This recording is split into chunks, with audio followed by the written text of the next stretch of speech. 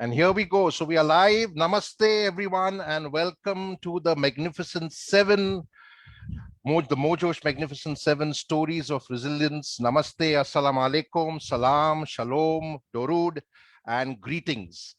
Welcome to the Magnificent Seven Stories of Resilience and Breakthrough. It's a pleasure having all of you with us. Wherever in the world I go as a speaker or as a leadership coach, I always start with Namaste, which many people think is an Indian greeting. It's not, because it comes from centuries ago when there was no concept called India. So it's more of an Eastern philosophy and more of an Eastern concept. And many people around the world think Namaste means welcome. It does not. And I always try to explain to people that Namaste has a very deep, significant meaning, and it has all life, leadership, and learning to learn lessons packaged in one word and one simple gesture. It teaches you equality, it teaches you integrity, it teaches you to surrender your ego, it teaches you vulnerability, it teaches you equality, egalitarianism, it teaches you that I am because you are, it teaches you interdependence, and it teaches you harmonious coexistence. And the Mojosh Magnificent Seven always celebrates diversity and inclusion. In our stories of heroes, we have people from all genders, including people from the LGBTQ gender. And the whole idea is to understand that we are all human. We are all human beings. We have our strengths. We have our weaknesses. There is nothing significant that we can achieve alone, but together we can achieve more. Together we can go further. So welcome once again, and I'm very happy and glad to be a part of this August gathering and moderating this session with all of you. I look forward to learning from all your stories about the science of resilience, what is called as the adversity quotient. All of you have very inspiring stories. I've read most of them, heard some of you, and I look forward to listening to you again. So namaste, and what namaste basically means is that the God in me respects the God in you, because the God is not in any temple or church or in any holy shrine. The God is in every human being and in the nature that we live in. And if we are not respecting the human being and every living being on planet Earth, then we are not respecting any God. The divine power in me salutes the divine power in you, because each of us are blessed with divine power. We are mostly taught in school, at homes, that God moves mountains and faith moves mountains. Nonsense. Human beings can move mountains. And I don't say this lightly. It is not a fairy tale or a fable, because I've had the privilege of meeting the man, Dashrath Manji, who actually moved a mountain, not with a bulldozer, not with an earth mover, but with a hammer and a chisel. 22 years of working hard, 10 hours every day. And he unleashed his divine power to move a mountain and create an 18-kilometer long road so that no one else dies like his wife died because he couldn't cross that mountain on time to take her to a hospital. Dashrath Manji comes from a very, very humble community, a community which is ostracized from society because they're considered to be the untouchables within the untouchables. They're called musahars, which basically mean rat eaters. And I, was researching them around 2002, 2003, because they were part of the Joy of Giving movement that we launched. And we want to tell the people of India Shining at that time that this is what is happening in India Shining, because this part is not even visible to you in urban India. So I had the privilege of meeting this man who actually moved the mountain. So there's the divine power in every human being, right? And that's what it means. And finally, the potential in me recognizes the potential in you, that each of us are blessed with heroic, unlimited heroic potential. And few of us choose to unleash it, while most of us take it for granted. So with that, over to you, Derek. Thank you, sir. For those who don't know about this campaign, Stories of Resilience, I'd like to just give a little background of it. We began Stories of Resilience in March 2021 with the sole purpose of giving people a platform to tell their inspirational stories from the year gone by. 2020 was a disaster for all of us, but a few of us did come out of it stronger. And we needed those stories to be told. Uh, let's face it, it some good news had to come out of 2020, and somebody had to make an effort to put it out there. Also, there's this quote I have on my desk, which I see every day, which says, "Helping one person might not change the whole world, but it could change the world for that one person." So, a story your story can change somebody's life somewhere. Don't think that it's a small story, it doesn't match up to somebody else's. That is the main concept of our campaign, Stories of Resilience. And if we can touch one life through it, at the end of even 10 years from now, we've achieved our goals. That is all there is to it. And even today, people ask me why did I start something? Why do I put so much of my time into all of this? What do I get out of it? Well, the only thing I can say is a story changed my life. And if a story changed my life, you want to know why it connects with resilience? Because I'm a survivor too. I survived cancer. I survived cancer after it took away half my face and took away all my self respect. And it devastated me because it broke me to a point of, being somebody who's a public relations specialist. I've run campaigns for people in the public domain, and now I'm masked. I've been masked for 2 years, much before everybody else started masking up. And in my deepest, darkest time, when I thought the only way out for me or for the people I thought I was putting myself uh, through all this for, I thought the only way out was to kill myself.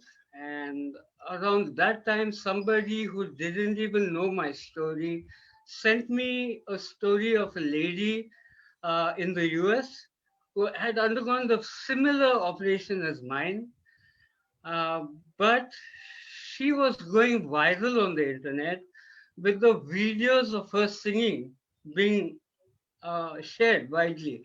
And she wasn't doing a good job of it. What was she doing? She was making an effort to sing, and people were connecting with that story. You know what that did? It inspired me. It inspired me to get off my bed. It inspired me to start learning to talk again. I had to start from scratch. I had to learn how to turn this tongue around, to start talking again. I had to learn to eat again. I had to learn to face people again, go out. I hadn't gone out for more than a year. I started doing all that. I started exercising, eating better, and I brought my weight up to 75 kgs from less than 60. I was a 90 kg guy, okay, before my operation. So now for me to say at 75, I'm really proud of myself. I am. And what did it? It was just one story. So if she has inspired me, maybe she has not inspired the world, but she's inspired me. And I thought if she could do it, if I could put out stories of a similar nature, we don't know how many people we can inspire. And that is it. Every story matters. It doesn't matter how big or small the story is. So that's it. And I'm so happy that we have this magnificent seven with us. They are people who came on board from the very beginning and supported us in all that we've done. And I'm so glad. In fact, one of the speakers today is a very inspirational lady called Angelique Parvez. She's a dancer, she's a mother, and she is a survivor and a fighter. In fact, our logo is inspired by her. I'll just share this. Can I share the screen? I'll just share my screen just a minute.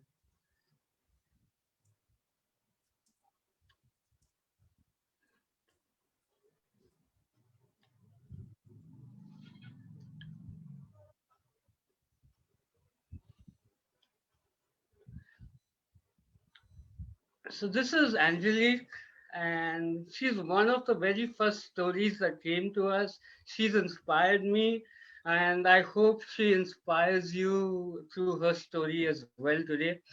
And over to you, Angelique. Goodness, I've got to hold back the tears now. Thank you so much. I'm so honored to be here today, Derek and Jerry. And Derek, you using my picture as the logo is just, like I said, holding back the tears really. Because like you said, we're here to inspire each other. That's why I went public with my story, and there has been, sometimes people will use it negatively against you as well. Oh, she's trying to get attention with her cancer story, blah blah. But we have to put those things aside because we are here to help others, to serve others. And if we can help, like you said, with one story, help someone, then that's what we're here for. But thank you so much for the honor. With the logo and everything. Okay, so as Derek mentioned, I'm Angelique, I'm a dancer. I'm a cancer survivor as well, and I will tell you my story later. I'm a mother as well, but my main aim in life is to dance, to inspire, to motivate, to comfort, to help people, really. So I'm gonna start off with a dance. Hopefully everyone's heard of Happy by Pharrell Williams. So that's what I'm going to share with you. And I love this song because no matter what mood you're in, you feel happy when you hear this song. So here we go. I would love it if you can join me because it's very simple steps. Even if you're sitting down, just clap with me. It says if you're happy, you've got to clap, you know that song. I'm going to do some easy steps, just clap in with me. That would be really helpful. So are you guys with me? Good. All right. So let's go for happy. All right, excellent. And we're gonna twist.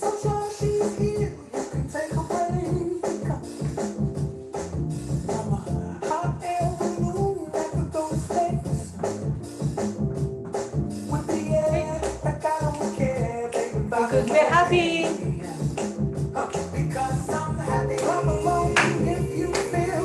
That's it.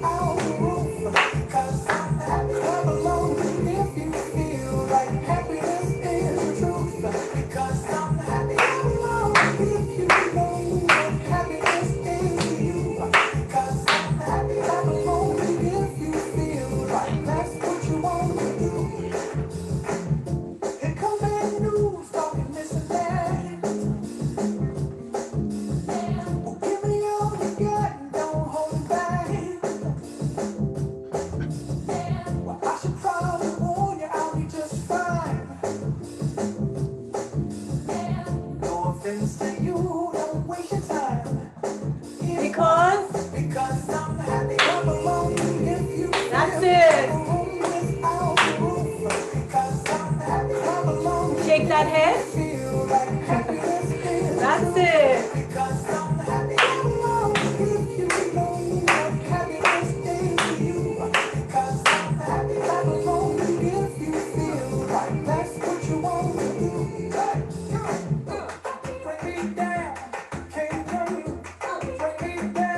Your love is too high.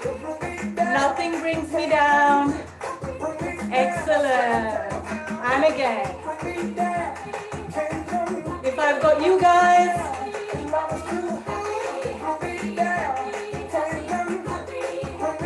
Because we're happy.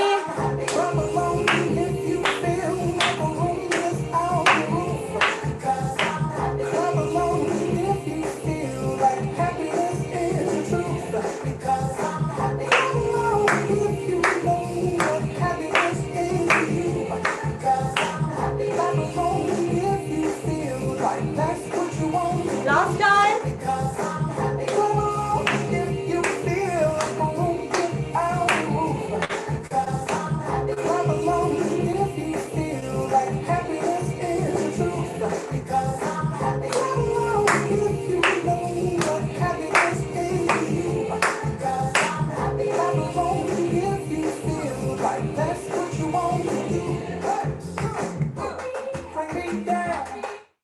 There we go. And my favorite line is, your love is too high to bring me down. Nothing's going to bring us down today. So we have to be happy.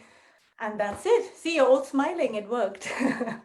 Thank you, Angelique. That was a brilliant performance. Thank you so much. And both of you, Derek and you, share the entire pain that you've gone through with your cancer, um,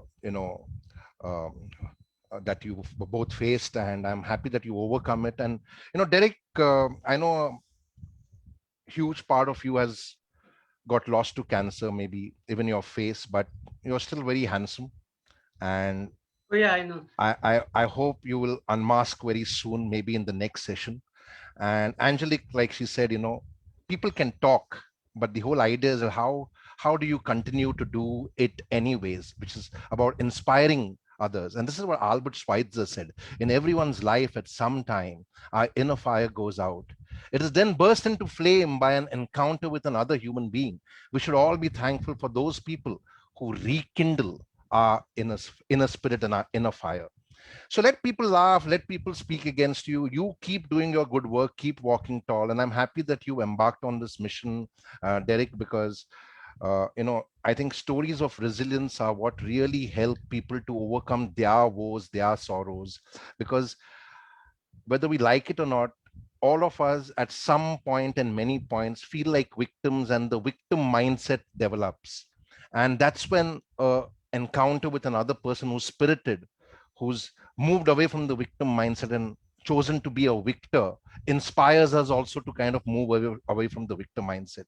And this is exactly what inspired me to start something called the Magnificent Seven, based on my Karmakari books. In Karmakari books, we celebrate stories of real heroes, and I'll tell you more about that. But in 2014, we started working on a concept called Karmakari Karishma, the miracle within. That the miracle is not in the church or the temple or the ashram or the mosque or the gurudwara. The miracle is within you.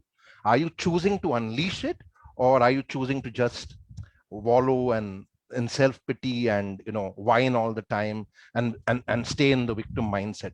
And that's when we formed the Magnificent Seven as a oratory experience. And we have several people from around the world who are part of the Magnificent Seven. So 7 of us go into corporate gatherings, award functions, off-site events, and we inspire people. And just by hearing the stories, people understand that they need to move away from a victim mindset to a victor mindset. So let's watch the Magnificent Seven video before I tell you more about it.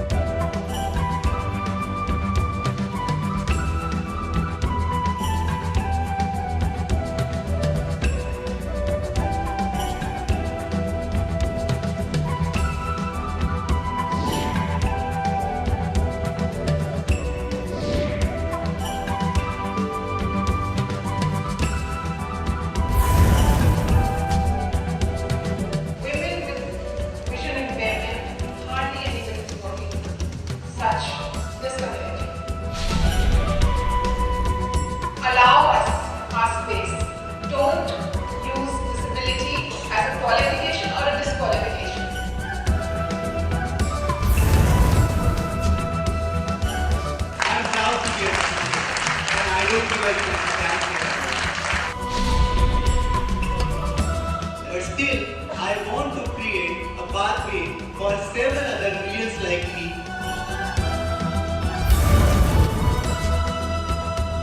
How does it matter if I have paralysis neck downwards? The human spirit is far, far more stronger than anything that can happen to it. I need to dedicate the rest of my life towards motivating people to let them know that they don't need to give up in life.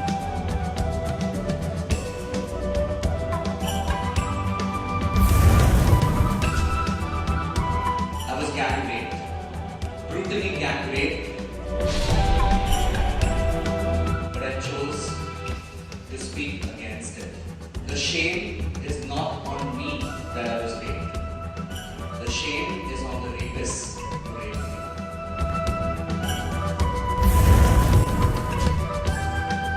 I had no courage, no hope.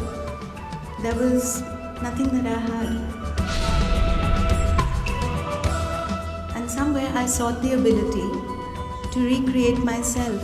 So I gathered the pieces and recreated myself.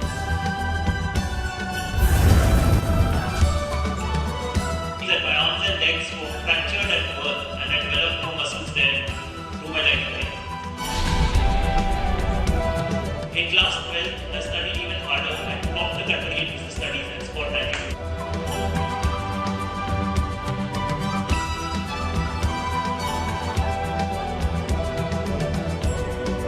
I think a hero is a person who does something which is very small, but which makes a significant difference in society.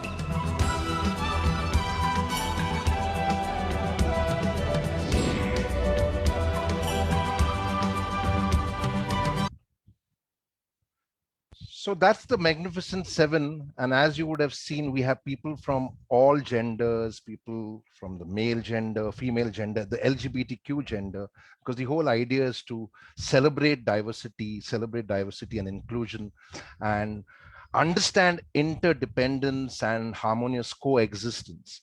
And now we are basically planning to take this make this into a live event so that people at large can benefit from the stories. We've been telling stories for the past 7 years. We've touched over 3 million lives. We have heroes from around the world. And the basic premise of the book is that in life, at many points, all of us have some and many instances when we break down. When broken, in our brokenness, do we choose to give up and break down, or do we choose to persevere and break through? If you break through, that's the miracle within. If you give up and break down, game over, story over. And when we tell the stories in corporate gatherings, etc., I've realized that, when we listen to stories of ordinary people who've broken through, it inspires others that if they can do it, we can too. And we would be very happy to feature all of you in the book, The Karma Kari Karishma, The Miracle Within book, because all of you have very compelling, powerful stories, which everybody is waiting to listen into very soon. This is the Karma Kari book series that we have started. And I basically feel I'm not just an author and a writer. I'm a historian for ordinary people, because history is always written by the victors, and sometimes people who are not heroes at all become glorified as heroes. For example, Alexander the Great. I don't think he was a hero at all. He was more of a plunderer. And that's why there's an old African saying that until the lions have their own historians, the history of the hunt will always glorify the hunter. I want to glorify the real lions out there. That's what inspired us to start the Karmavir Awards and the Karma Kari book series, to mainstream stories of people like Dashrath Manji and real heroes who are mostly forgotten.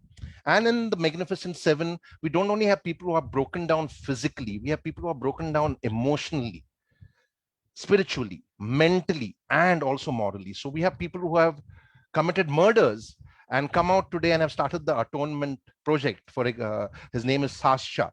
He's based in the US, and he's an MIT fellow. Was in prison for 19 years after murdering someone. So we celebrate all types of heroes from around the world, and it teaches you that we all need to stay learn to live in harmonious coexistence and learn to understand interdependence. That's the Mojo Inspirator life leadership and learning to learn framework that we have created, which talks about how do you move from dependence to independence to interdependence to harmonious coexistence. And I think that is very essential in our world today, because around the world people are polarized to think we are Christians, we are Muslims, we are Hindus. You can see it starkly in India, but you can also see it in the US, right? All lives matter, and the lives which are more marginalized surely matter more, because they have been marginalized for many years. And I think that's where harmonious coexistence is the most essential need of the hour, the need of the century, for all people to understand how to be more humane and how to live together as one human race. So with that, I want to introduce our Magnificent Seven for today. We have Angelique, who's going to start with her talk. And after Angelique, we have Jenny Leon. And after Jenny Leon, we have Prashant Anand, and then Sachin Pereira, Swara Shah, and last but not the least, the magnificent Alvin Stephen. So we're looking forward to listening to all your stories, and we are going to start with Angelique. So Angelique, you have 9 minutes to inspire all of us. And the magnificent audience who has joined, because I can see that the Facebook page is abuzz with a lot of activity and a lot of comments coming in there. They're all looking forward to listening to all your stories. So over to you, Angelique. Your 9 minutes starts now. You're on Thank you, mute. everyone. Yes, thank you, everyone. So yes, today I'm here to hopefully help someone, inspire someone. The whole point of my story is I was diagnosed with cancer, breast cancer, at the end of 2019. So I spent 2020 through lockdown and COVID with dealing with my cancer. And the way I'm going to give you this story is in 3 different parts. So we're going to talk about, I'm going to frame it like a storm, because to me, my cancer journey was really like a storm. So I have the part before my diagnosis, which is the brewing of the storm. Then I will take you through the eye of the storm, which was my cancer and the treatments, and then the calm after the storm. So I will begin with the brewing storm. And basically, when I look back to my life before end of 2019, I can just explain that it was chaotic. I was running around like a headless chicken, to be honest. I was trying to be superwoman, super mom, super fitness instructor, you know, a mom, wife, everything. I had always kind of put my kids before me and wanted to work around their school time. So I would drop them, pick them. And in between those hours, I would work at different jobs. So I'm a university lecturer in business strategy. I run dance and fitness classes, which is my passion. And also obviously mom and wife. So life every day was very hectic. I was running around, dropping, picking, doing my classes, doing my different jobs, running a business and all the, you know, marketing and stuff that goes with it, all on my own. And also then obviously dealing with all the pressures that life put on me. I was very stressed. I had a few stressful situations in life that I had to deal with as well. And all of this stress started brewing up in me, which led to actually hormonal imbalances within my body for a good few years before my diagnosis. I did keep checking with the doctors, but they kept saying, oh, you're a woman, it's natural, you know, this is you going into perimenopause and whatever it is, right? But they didn't look at what was causing this. When I look back, it was the stress. I was emotionally, physically, and mentally drained. I was really broken down in lots of different areas. I had lost myself. I was just running around, you know, like a hamster on a wheel. So that I would say would be the brewing of my storm. It kept building up. And so what I would really say to everyone is to, you know, just especially women, this goes out to women, please look after yourself. When we're moms and wives, we tend to put ourselves last, and that's not always the best thing. You need to be well and healthy in body and mind to be able to look after everyone else who depends on you. So that is my first takeaway from this story. Also stress. Stress is a huge killer. In case you don't know that already, stress causes all the diseases. So you need to manage your mental, emotional, and physical stress whenever you're feeling that. All right, on to part number 2, eye of the storm. So here I was going to the doctors. Suddenly one day, I was constantly getting chest pains, actually, because of the stress that I was in. And actually, I would describe that as chronic stress. So now the winds are blowing up. My storm is getting worse.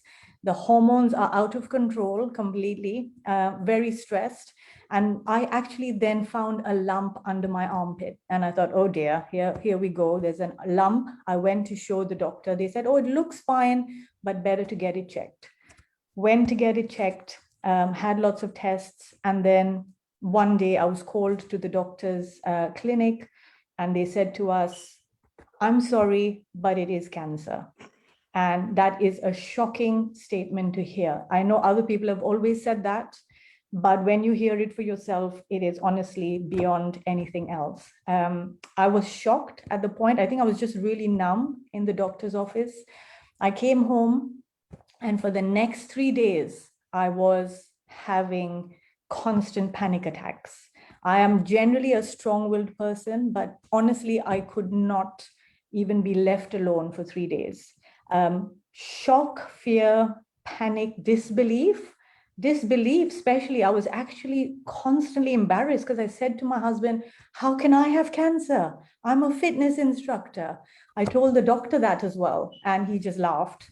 Cancer doesn't pick who it wants to choose, but still, a fitness instructor telling other people how to be fit, this was kind of for me the worst thing ever. So, and the fear, the panic, I honestly can't tell you. It was really the turning of the storm within me. So 3 days with panic attacks, I had to get some medication to deal with it. I had to then say to myself, come on, stop this. I had 2 teenage boys who had to tell that I was, sorry about that. I had 2 teenage boys to tell that I was not well and I had cancer. How was I going to do that when I couldn't cope with it myself? So I just had to dig deep and find that strength. I had to say to myself, come on, you have to pull yourself together. And how did I do that? I just hung on to God and hung on to my faith. This is my takeaway, is find your life jacket, guys. When you're in that storm, don't just drown. Find that life jacket of faith, of God, whatever you want to trust and believe in. Trust in yourself as well and bring yourself out of it. That's how I had to do it, through breathing, through prayers, through meditation, through having my family close to me. I just had to hang on to that life jacket through the twirling storm. I had tons of appointments, blood tests, scans, MRIs that I dreaded all my life, ending up with 2 operations and 20 days of radiotherapy. I was luckily spared chemotherapy, but it's not as easy as it seems. Every stage I had tons of side effects, from losing a lot of my hair to I had every side effect in the breast cancer booklet about operations. Not one, every one. I had a frozen shoulder for 8 months. The list goes on. Okay, so it was, I think, the point when I said to myself, I just realized that, hang on a minute, we're all going to die. Do we think we're all going to just live forever, guys? But we do pretend like we are. We run around our businesses and jobs. And when I said to myself, hold on, yes, we are all going to die, but it's not going to be now. I'm going to sort myself out. I'm going to pull myself out, and I'm going to live every day making a difference, because that's what life is about. So when I had that click in my head, and when I started justifying it to myself, is when I was able to pull myself out. I was able to ask for help. I was able to depend on God. I was able to look for help around. I kept dancing, by the way, because I hadn't told anyone other than my family and friends. So I had to keep my business going. And in a way, that was the best blessing, because I knew people were waiting for me for my class. I would choreograph in the middle of my radiotherapy sessions that were lasting 3 hours, lying on a cold bed. You're unable to move, not even a centimeter, for 3 hours. Can you imagine the mental strength that requires to stay still? These are some of the things I can remember, which was honestly not pleasant. So swirling of the storm, what can I recommend? My takeaway from this stage is to hold on to your life jacket of faith, of trust, and very important, you have to surrender. You have to surrender to whatever power you believe in to take care of you. We can't control anything, guys, in our life, and we think we can. Just surrender and pull yourself through it. Lastly, I come to my calm after the storm. I'm glad to say I'm still here.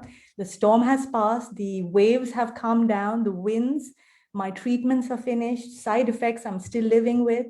But, I'm honestly grateful to be here, to be alive, to be with my family. I'm going to deal with everything that comes my way. But I couldn't just be beaten down by the storm. There was not only a storm of my illness, but I had other difficult, stressful situations that were pulling me down, and I wouldn't give in to it. I just wanted to stand up, move forward as much as I could, with gratitude to God for every single day. So for me, the takeaway here is to, move forward. Even if you're crawling, you can't walk, you can't run, move forward step by step, pull yourself out. There are good days and there are bad days, but don't give up. Don't give up. Move forward, pull yourself, crawl, whatever it needs to be. Get people to help you with it. And most of all, make time for yourself, make time for your healing. Don't stress about things that are not in our control. There's very little that's in our control, I discovered, really. And lastly, use your life to serve people. That's what my biggest takeaway is. Health for myself and help others wherever I can. So for me, dance is a medium where I help ladies to keep fit, to comfort them, to give them peace of mind and body, health of body and mind, and my message that, you've got it within you. So, help others as well along the way. Sometimes it takes a storm to, show you what's important in life. So moving forward, closing, I would say, don't drown, trust in yourself, trust in God, move forward, surrender, have gratitude, hang on to that life jacket and keep swimming till you see the sunshine peeping through. And it will, I promise you. It might seem like it's dark forever, but the sun will peep through. And this is me in the UK, where we hardly ever see the sun, telling you this. So trust me, it's true. As Haruki Murakami said, when you come out of the storm, you won't be the same person who walked into the storm. That's what the storm is all about. So thank you so much for listening to me, and I'm just honored to be here today. Thank you. Thank you, Angelique. That was Angelique, and a huge applause for you, Angelique. Very inspiring, Angelique. You inspired all of us with your story, which is loaded with life, leadership, and learning to learn lessons. I agree with you that we have no control over many situations and circumstances, but how we respond to any situation or circumstances, absolutely in our circle of influence and in our circle of control. And that's where we put this entire framework together. And I think the huge life lesson that one and all should learn from you is that you understand your vulnerability. And it was that vulnerability. And you would see in this slide that the zero mindset, virtue, and power in the Mojo Inspirator learning is vulnerability. And then we have 3 mindsets: Mojo, Josh, and Inspirator, 7 virtues, and 21 powers. And I think it is that vulnerability which helped you to have a sense of humor even while you were battling the disease. And the zest you have for life, the rejuvenation process that you followed, where you continued dancing to inspire others. And I think that's what we take away as a huge learning from your story: the zest, the humor, the rejuvenation, and to understand your vulnerability. Thank you so much, Angelique. Brilliant story, very inspiring. It inspired all of us, and I'm sure many in the audience also were very inspired. And thank you for joining in. You've joined us for this conversation from the UK, and thank you for the brilliant dance performance also. So moving on, we have our next speaker, Jenny Leon, who is joining us from Bangalore. Jenny is a person who works not only with animals, also works on several concerns related to human welfare. Somewhere in the background, you would see an oxygen cylinder. So even while she was getting prepared for this storytelling session, she's still been working with people trying to provide oxygen to them. So over to you, Jenny. Thank you, Jerry. Hello, everybody. My name is Jenny Leon Lopez. Story, so inspiring. It took me a while to just take it in. All right, a little bit about me. Well, many people will say that they ventured into something. They venture into human welfare, or they ventured into animal welfare, or any kind of welfare. I did not really venture into anything. I was always a sensitive person as a child. And I think my parents themselves have been very caring, and towards all beings. So being passionate about knowing that all lives matter was there with me ever since I was a little child. Probably that's the reason why I believe that, every organism, each worm, each fish, each reptile, each and every creature has a purpose in this complex ecology balance that we have in our earth. So once I finished college and I started working, I made sure that I made it my mission in life that, whatever I earn I'll keep myself as that one person who would like to do for others. All of us are living for ourselves. So let me be that one person probably who will live for all of you. I don't know. I always was sensitive towards the needs of underdogs and people crying, accident victims, animals. So it became my sole purpose to spend what I earn into rescues, to rehabs, rehoming, evangelizing for purposes like, right now, the biggest mission is to get the new Animal Welfare Act passed by the government, and we're organizing protests against animal abuses, not just nationally, but internationally. It never stopped. It never stopped. It's 25 years. Right now, I'm in the 25th year, and whoosh, time just flew. I really don't realize how time flew because there's so much to do. Wildlife rescues, almost extinct creatures rehabilitation and recreation, where we have something called slender loris. It looks like a koala bear, and it is native to Karnataka. It was almost going extinct way back in 2003. Getting it regenerated. Today now it's back in the wild. It's not extinct. Working with zoo authorities as to how a zoo should be, how, how animals should be. So if you go to national park, especially here in Banagata, you'll now be sitting in an enclosed van and going in there and seeing the lions and tigers out in the open. These are some changes that came in. Earlier, the lions and tigers were in the enclosures and we would go and throw groundnuts at them. Now it's changing. A lot of stuff is changing. In fact, zoos themselves are going to probably close down very soon. It's a horrible thing. Similarly, confiscating illegal meat trades, sting operations, which are usually very undercover and, life-threatening to unravel or open up the world towards dog meat trade, cat meat trade, camel meat trade. It's put my life at risk as well. There are times the offices where I've been working in have told me to go underground or probably move cities because there's been threats on my life. Similarly, life just went on. Till today, ongoing rescues of accident victims, of abandoned dogs, monkeys, birds, cows, donkeys. It just goes on. And to top it all, animal welfare bills have to be passed. There are RTIs that are filed, petitions that are filed, and the cases going to courtrooms. And usually for these things, there are no lawyers. So you become your own counsel, and then you train regular lawyers with the Animal Welfare Bill Acts that's in place, which is, really, really archaic, like way back in 1960. That any amount of animal cruelty in India, people can get away with just a 50 rupees bail. Trying to change all that takes a lot of passion.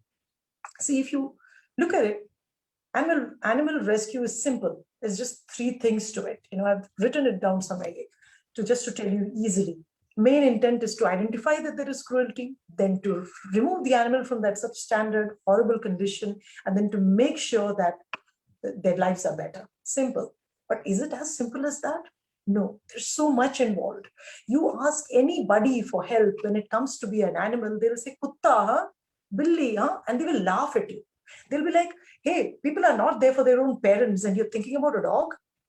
It's really difficult. It's always been tough. But the main intent was to always save lives for me. Because all lives matter, don't they? Just as we started this talk, Cherry said that you can find out about how a nation is from the way it treats its animals. Mahatma Gandhi said that. That's so true.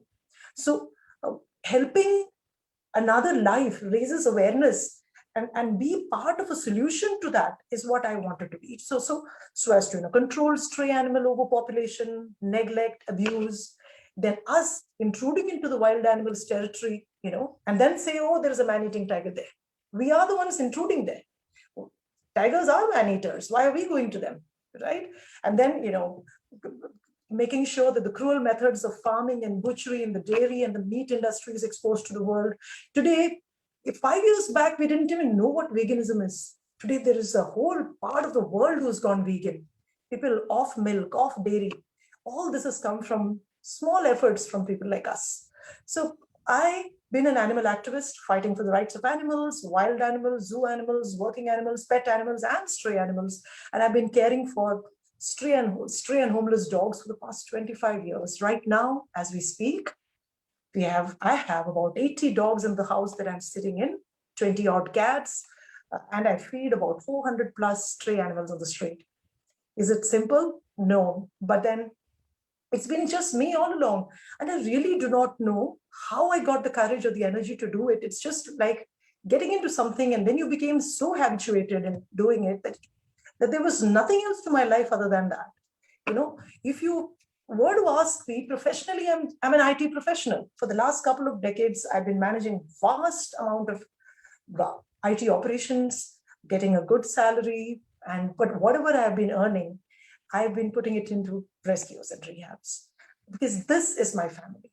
You know, often animals in very critical condition with just few days to live. I bring them home, nurse them back to health, and if they are releasable, I release them back. If they have got few days left, they live with me. So that's been my story. Now, what happened? Last year when COVID struck, a person like me, single, today I'm 50 years old, been doing this for 25 years, zero savings, nothing with me. I lost my job. Now, when I lose my job, it's not just me whose stomach is going to be empty or whose rent cannot be paid. It's all of these animals and all of these stomachs that I feed also whose lives are at stake. It was extremely stressful. And I was wondering, what am I going to do? I don't know anything else except the jobs that I've been doing. I mean, welfare doesn't get you money. Money comes from my IT job. And I lost it last year in Feb. And then there was so much to do. There was so much to do, to think, to make sure the next meal comes in, the rents are paid. But then I stayed put, I exhausted whatever I had with me. I sold whatever I could. I told the house owners, because I'm staying on rent, people like us don't own anything, believe me. So I told the house owners that, take away the rent from the advance that you have.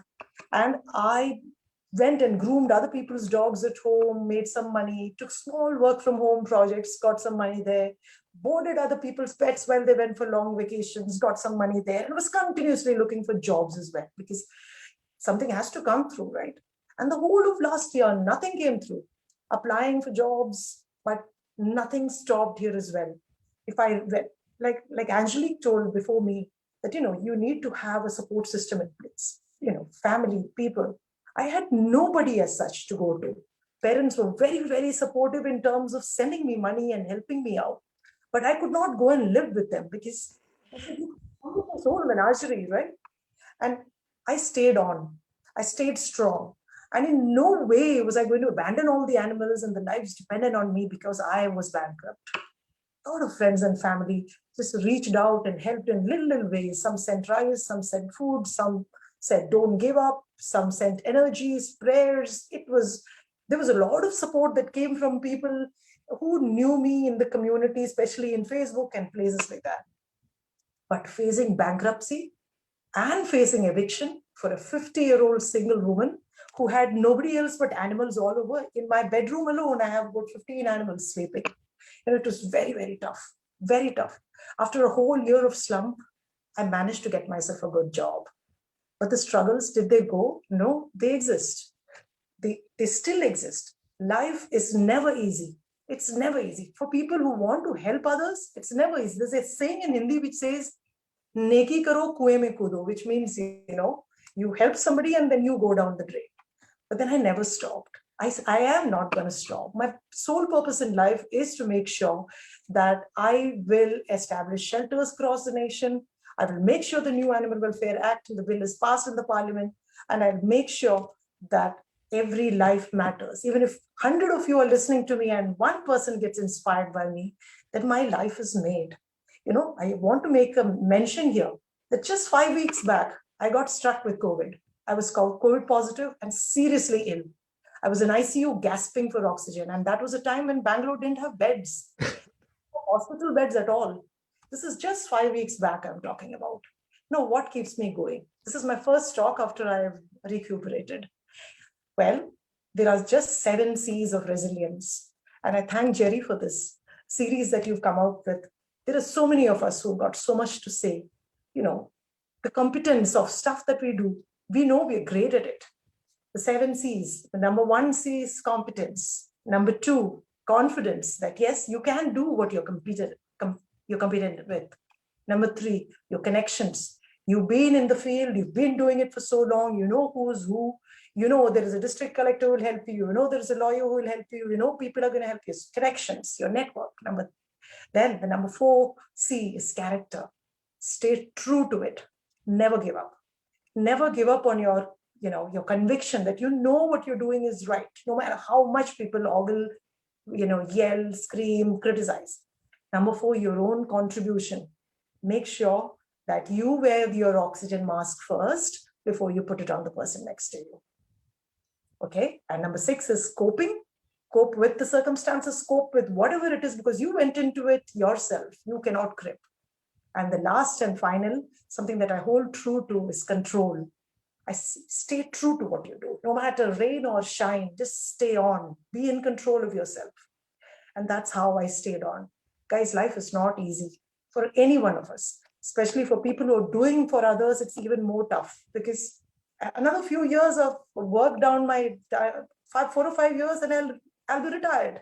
And where do I go with all my animals? I still don't have any savings. I still don't know what's going to happen tomorrow, but I'm taking one day at a time. The reason is because we really need animals for survival. Mother Earth has created all of us together to coexist.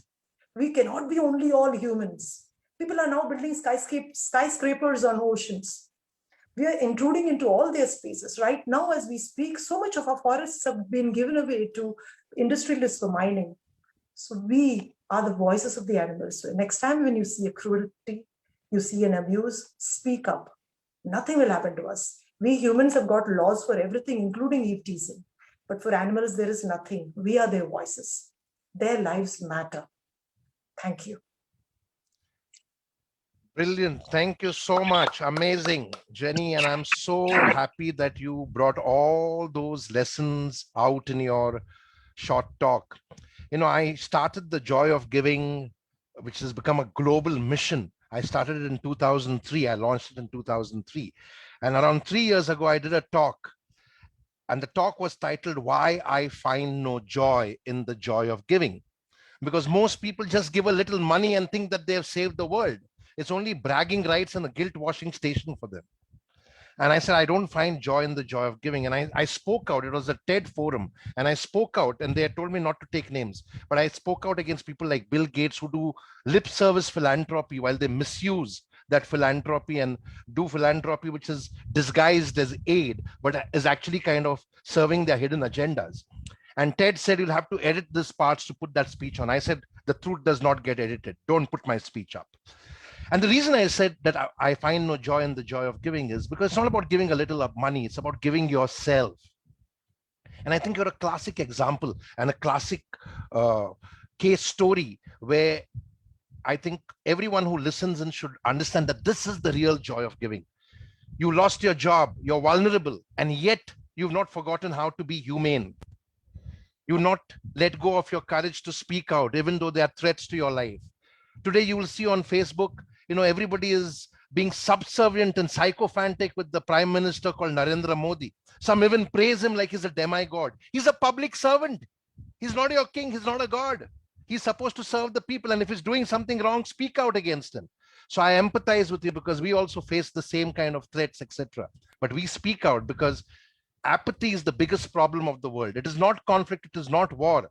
The biggest problem of our world today is apathy. And it's what Edmund Burke said many years ago, that, you know, all it takes for evil to triumph is when good people stay silent. And these good people are practicing the joy of giving, which is purely lip service. And like Peter Buffett, Warren Buffett's son says, it's a guilt washing station. They don't truly give from their heart. They just give because they want a tax receipt and bragging rights in cocktail parties. That I gave and I saved a child. How did you save a child? And how did you save the world? You've not even looked into that child's life. So I think there's a huge lesson to learn, which is the real joy of giving from Jenny's story, and also lessons like vulnerability. And in that vulnerability, you still find the courage to be humane and love all living beings, because like Jenny truly said, our ecosystem is very dependent on all the animals. It cannot survive with humans alone. You know, humans were supposed to be rational animals, but the only animal which does not contribute to the preservation of Earth today is the human being.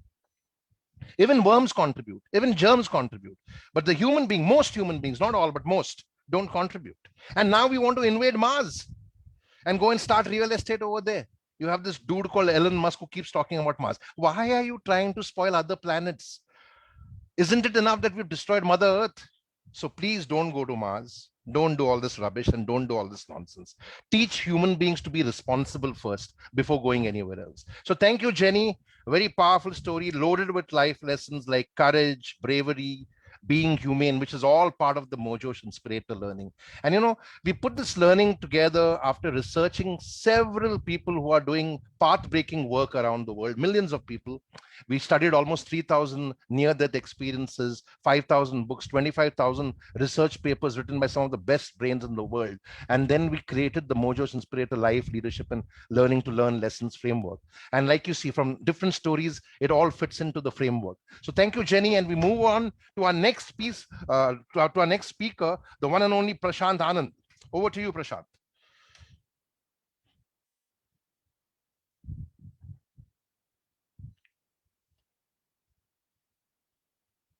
Prashant, you're on mute. Okay, over to you. Your time starts now. So it's not enough to be busy. So are the ants. The question is, what are we busy about? Today I'm going to share with all of you what has kept me busy all these years. My goals for my life have been one and the only sole focus that I've been busy with.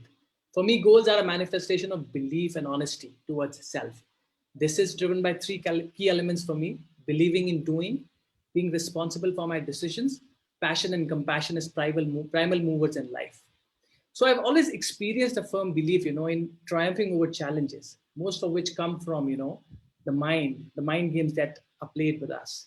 This for me is an outcome of the belief that I have in doing. Being from a low middle income class background, education was always supposed to reap the benefits for me.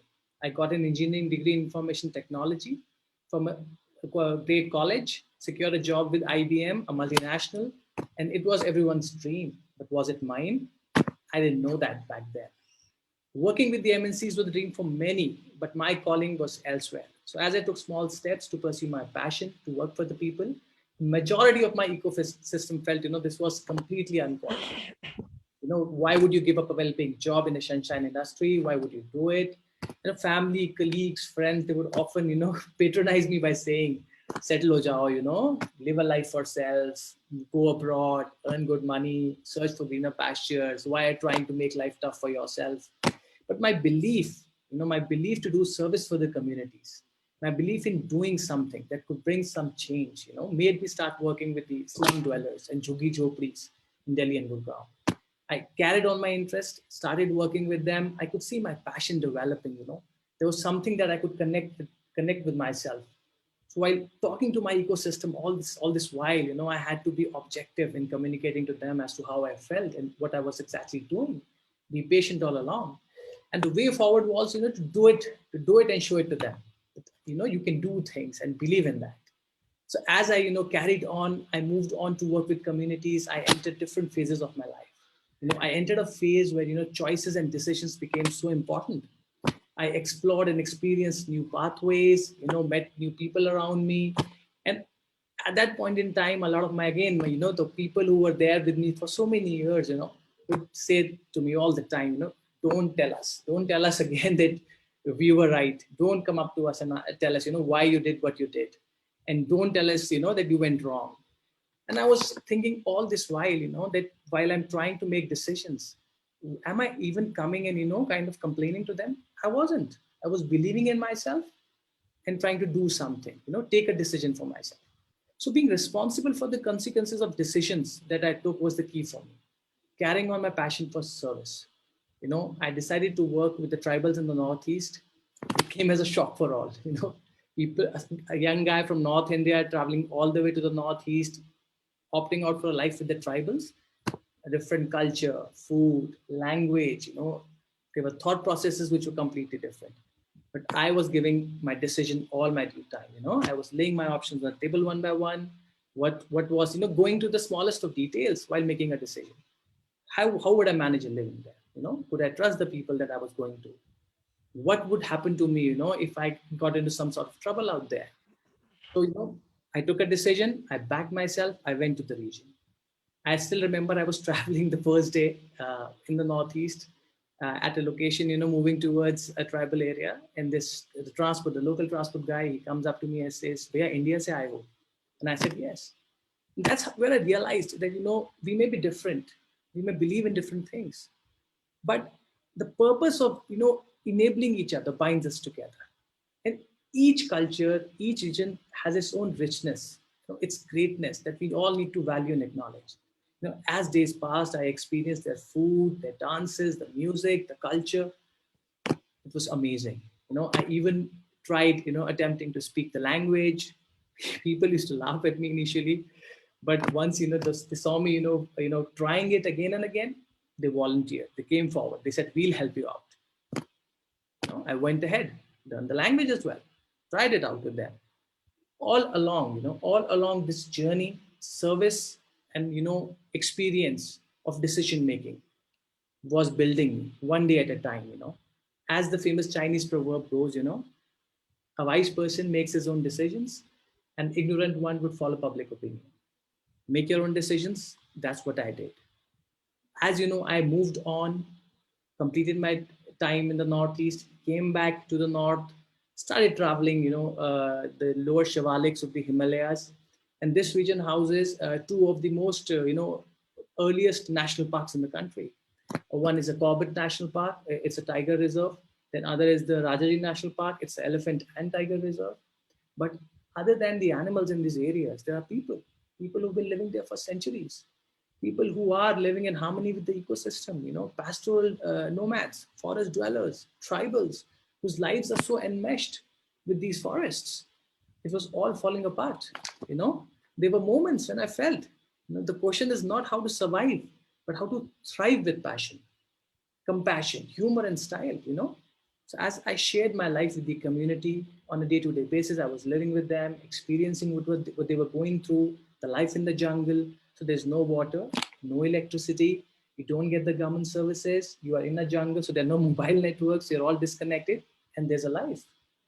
So there are people living there. They are happy individuals, satisfied with what's going on in their lives for centuries. As I lived with them, I understood their challenges. They shared their life experiences. I did mine. I have now been working with them for almost 3 years now. I've been focusing on education, health for the communities. So it's very interesting. These communities' primary livelihood is based out of milk because they are pastoral nomads who've got buffaloes, and I'm lactose intolerant. So a thing that my people have the maximum or in abundance is something that I can't even take as a food. But I when I was living with them, the compassion that was going within me, the passion to work, to serve the people, the love that they were showering, I took it. It took me some time to bring it to them that milk is not great for me, but no, they loved it and they understood, and today they serve me tea which they never do. Actually, that's not their traditional food. So now in the COVID times, we did a lot of COVID relief because no one was reaching out to these communities. We've been with them. We did, relief around menstrual health. We did relief towards, children. We did relief around education. We did relief around food support. So we kept on working with them. Now we are trying to build coping, strategies for them. We are building nutrition gardens so they can be self-reliant. They are not dependent on the outside world. So this experience in particular taught me that, how you can live in harmony with nature, harmony with people, valuing their systems, valuing who they are, having the passion and compassion as primal movers in your life to relate to other people. We all can come together, travel the long road, be there for each other, help each other.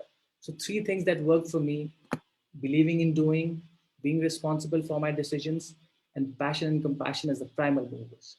With these 3 things, I've always kept my goals on top, believing in them, working honestly towards them. And today I have much more loving and caring ones around me. In the last 4-5 years of life, I've earned so many people who love me. In the end, I would like to say, be all or get all out. That's how it works. You have to give your best. There is no halfway. And to live a happy life, you have to tie your goals, look at them. Don't tie yourself to objects and people.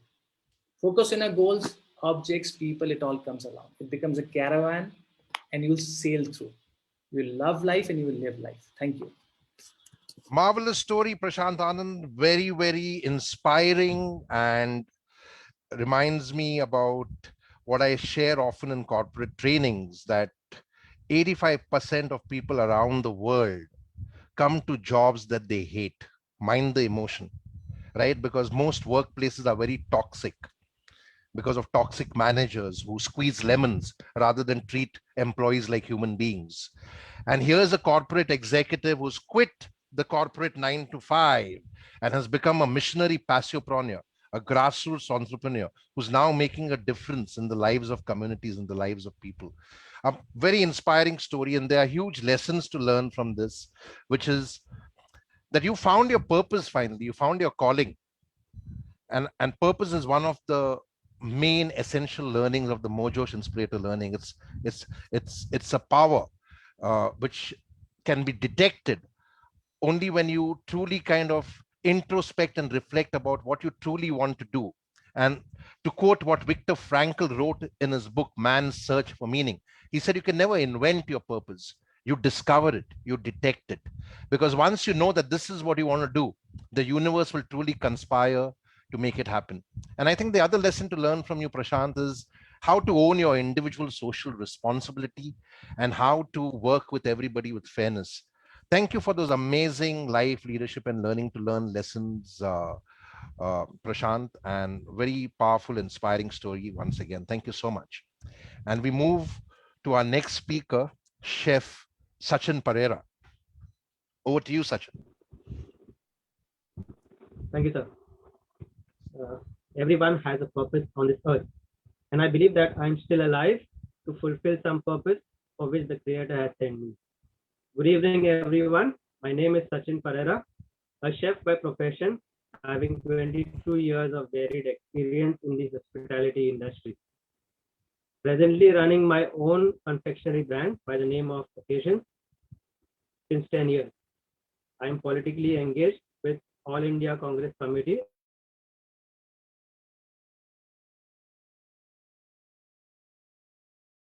small called Open Life. My story goes like this. 2020 has brought the entire world to a standstill, and it was the same with me.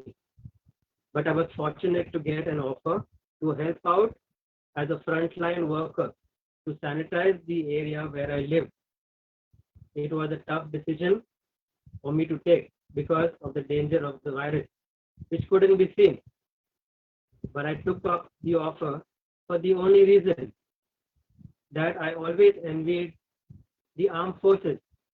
I always wished that I was one of them, rendering my services to the nation, to the country. I said to myself that they had come not as a soldier, but as a frontline worker, not with a gun, but with a sanitizer machine on my shoulder. Yes, 3 months daily was out there sanitizing slums, buildings, and churches. My day started sometimes early at 7 in the morning and finished at 11 p.m. in the night. Definitely, there was a lot of resistance from home, especially from my mother, who said, stop all this because this is endangering yourself and the lives of others. But I said, if not me, then whom? Thanks to all my friends, my family, who understood and allowed me to do this. They were my pillar, my support. I used to get calls late midnight from helpless, scared people whom I didn't even know, whom I didn't even meet. They were pleading for help to take their loved ones to the hospital because no one came for help because they were frightened of the virus. There were some times where some people have lost their loved ones, but they were so scared to even do the last funeral rite. There, our team and myself were there, helping out these families. But then this was a time where I always used to think, what if I contacted the virus? What if I took this virus back home to my loved ones? I thought to myself, but no, this is not turning back. The enemy cannot be seen, but the battle has to be won. Today that I am alive, it's all because of all the prayers and all the well wishes of people who are with me. The Lord is great. These months were the time that made me realize that we don't need to be doing big things to help someone. We have to do small things that matter. Reaching out to those who are less fortunate, unlike us. For those who really don't get even a single meal per day, we have to reach out to them. So hence I thought of starting my own NGO. It is called Hope and Life. Today, my only goal is, as a person, is to reach out to people in need, to the marginalized, sharing smiles with the aid of my NGO. Today, I am helping senior citizens with taking vaccination, helping COVID patients to go to the hospital, getting hospital beds, distributing meals to the poor. This is my short story.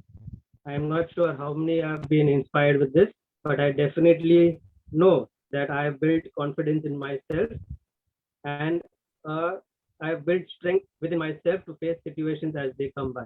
Thank you. Stay safe.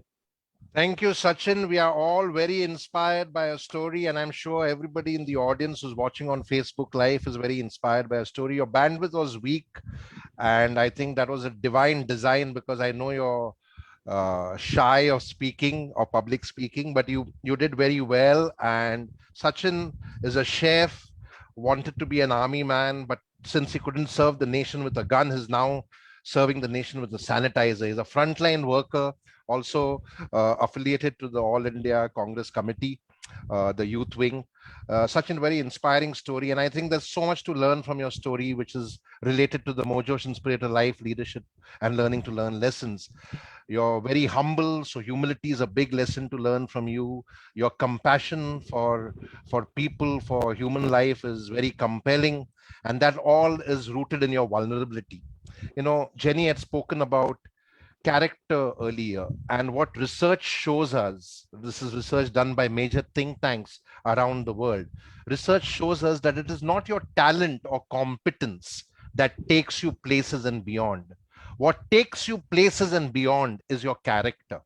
And though there's huge research to prove this, we don't have character rooted lessons in our schools and colleges. And that's what we at the Rex Karmavir Global Fellowship Mission are doing. We're taking character rooted life, leadership, and learning to learn lessons to our children and our youth, because it is not your competence or talent. Competence and talent is overrated. It's important, but it's overrated, because finally what takes you places and beyond is your character. And Sachin, you're doing a very fine job with solid character, and you're inspiring solid character in all of us. And thank you so much for that marvelous talk.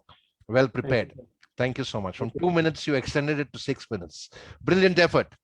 Thank you, sir. And we move on to our youngest speaker in the group. We have with us the young, talented Swara Shah, who also inspires solid character with all the work that she's doing.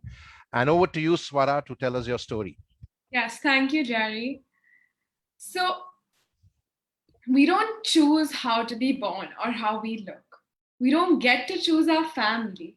We don't get to choose which level of perfect we are. But we do get to choose how we're going to live our lives and make a difference in the lives of others. My story starts in 2020, when the world turned upside down, or how some like to term, a year none like the human race has explored before. I was doing what any 16-year-old in 2020 would do after hearing the exams were cancelled. At first, I couldn't believe it. I had just spent the last 2 months studying for exams. Now there weren't any exams and no friends to meet. Wouldn't you be frustrated too? After the initial days of lockdown frustrations, things did change. I learned that disconnecting and enjoying our own company is a vital action to occasionally undertake. Even if that meant binge watching Netflix or exploring and learning more about yourself through meditation. And I did just that. I caught up on all the TV shows I'd missed out in the past few months and learned meditation. Also, in case it's not quite evident, I'm addicted to Netflix. I had reached my fifth TV show. And also, in case you're wondering, how does she finish TV shows so fast? Well, my secret is that I fast forward half of it. So I finish a 1-hour movie in just 30 minutes. And I'm proud to say that's one of my main talents. Anyways, that's when a particular show called Switched at Birth captured my heart and mind. A few of the actors in the show were deaf. This intrigued me because obviously in my 17 years of movie experience, this was the first TV show I came across to that had deaf people. This also angered me. How did I, a movie queen who had not come across a TV show or a movie till now with deaf actors, how is this possible? I was just like a 7-year-old once again who had zillion questions bubbling in her head. My curiosity fled, pushing me to learn more about the deaf community. How are the deaf learning during these challenging times? How do deaf people communicate with one another? Do all deaf people use one kind of sign language, or are there variations, like how different countries have different languages? Webinars have been a crucial part of my learning during the lockdown. While watching these, I couldn't stop thinking, how were people with hearing loss learning during these times? Also, during this time, I was very, very, very confused about which career path I wanted to get into.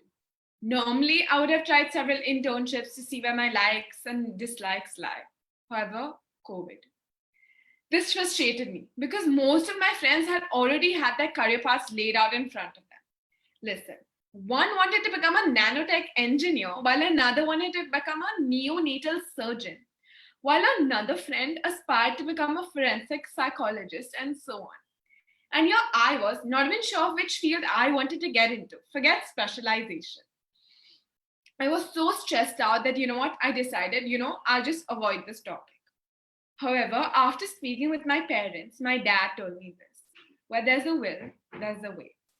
Even though the sport is the most cliche and overused sport, it had an effect on me. Tried and tested. So I started to explore different career paths by, scrolling through Google, and I wasn't just able to get that authentic experience and views and perspective of people in that profession. So again, I went to my dad, complained and cried to him about how COVID was disrupting my life. And if it weren't for COVID, I would have already figured out my career path. In fact, no, I would have had my life set out for me. And then again, he told me one of his cliche quotes. He said, "This is the new normal. Learn to live with it and stop complaining." So now I knew, you know what, I couldn't go and cry to him or complain. So I finally decided, you know what, let me figure this out. So I phoned a couple of relatives and my parents' friends to gain a glimpse into different professions. And trust me, those few calls changed my life.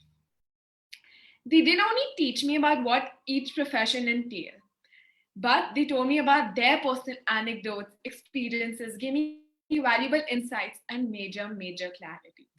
Again, that got me thinking. Okay, I know all of y'all must be thinking, wait, how much does this girl think?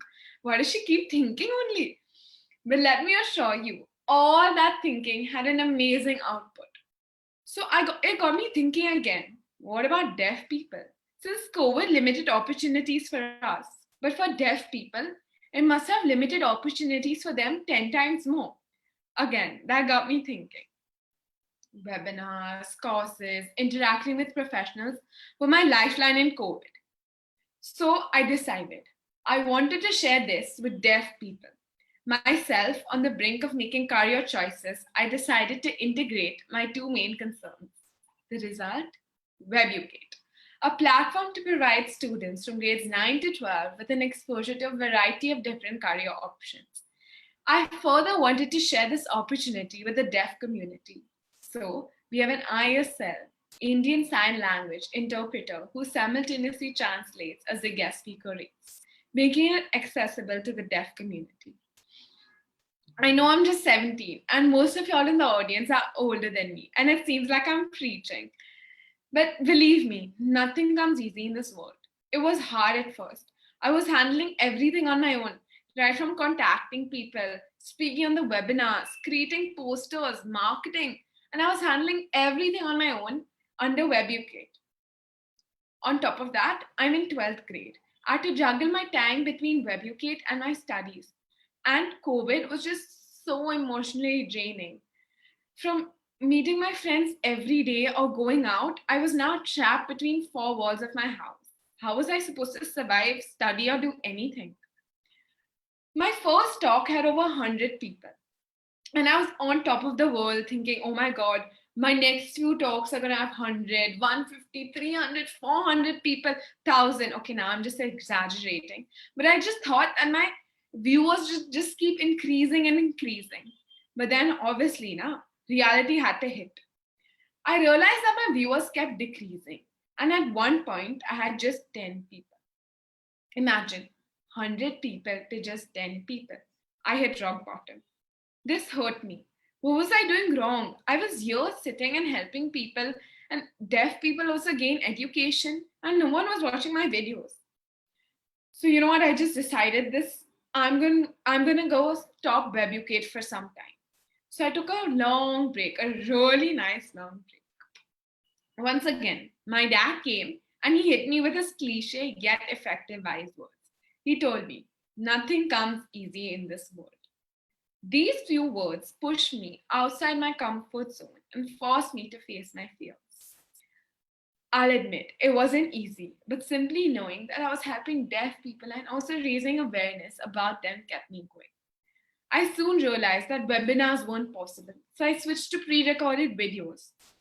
From having one speaker a month, I was recording 3 speakers a week. I was once at rock bottom, but now I started finding creative solutions to battle these problems. However, I'm happy to say I've interacted with 25 influential people ranging from different professions, like Seema Mehta, who is a pioneer in Kathak dancing, Aisha Bilamoria, who has made our nation proud as she's a 3-time national champion in 200 meters running, Sana Vora, the CEO and founder of the Wedding Brigade, Megha Bajaj, a renowned writer, and so on. Through Webucate, I reached to the realization, you know what, to actually understand the deaf community, I must learn how to communicate with them, leading me to host 3 online workshops promoting deaf awareness. And through those few workshops, I was able to reach 40 people and impart knowledge about ISL and our deaf community to them. Currently, I'm learning sign language properly. Moreover, the live sessions haven't only helped the audience watching it, but has taught me so much. From Seema, I learned career shifts do happen, so don't be afraid of failure. While from Aisha, I learned running isn't always about winning. From Megha, I learned everything happens for a reason, and remember to believe in miracles. And now Webucate has not just become a project for me, but it has become my passion project, which brings me immense amounts of joy and satisfaction. One last thing. I learned from the struggles I endured with Webucate is that there will always be problems in life, but you must learn to accept it, because without problems, there would be no creative thinking or improvements in life.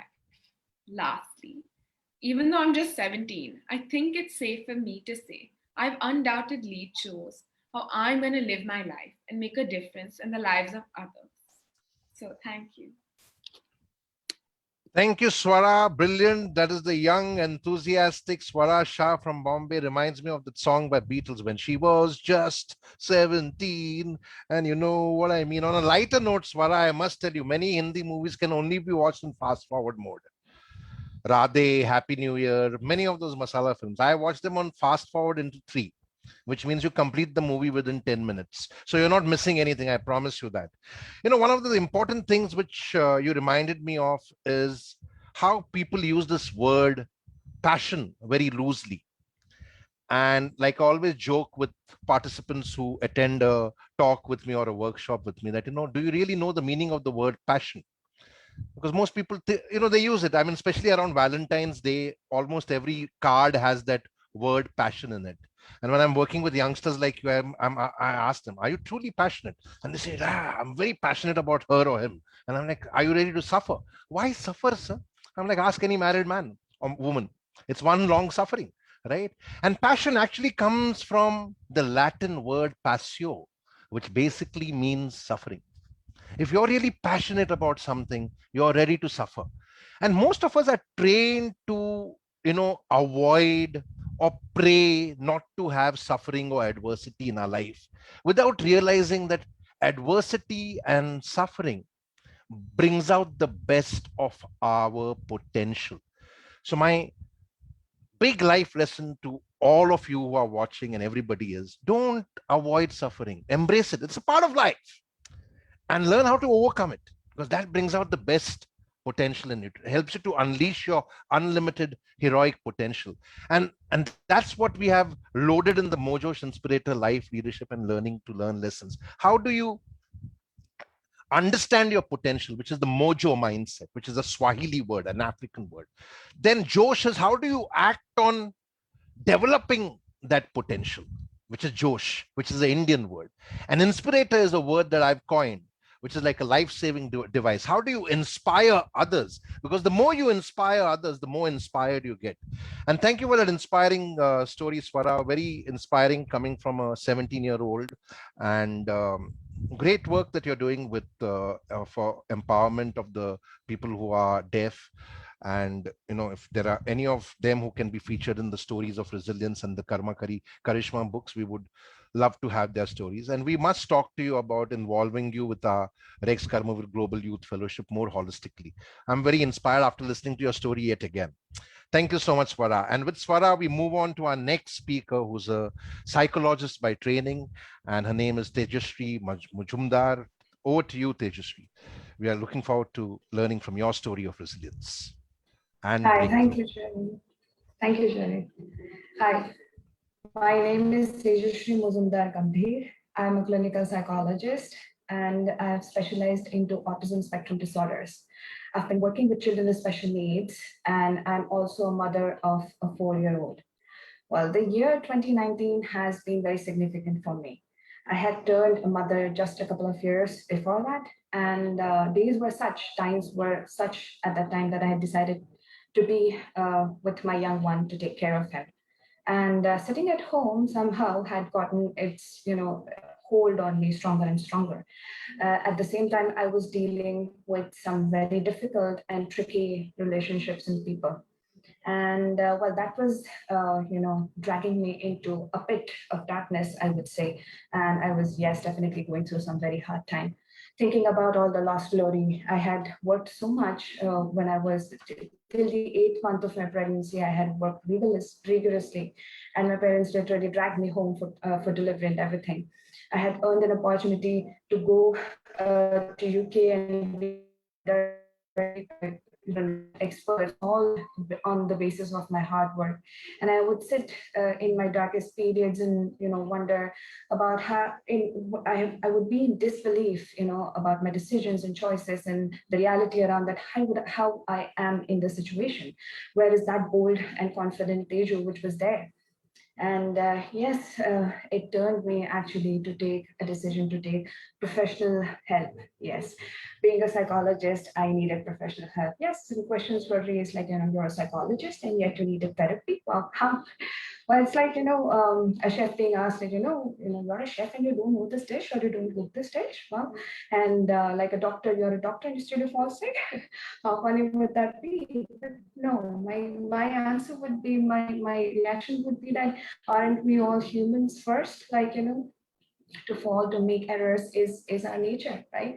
So yeah, there was no shame in accepting that, and I went to that therapies and everything, and I was trying to sum myself up. And during that time, a very good friend of mine had said to me that, when we are in darkness, we are surrounded by dark clouds, there is always a silver line that we tend to miss, right?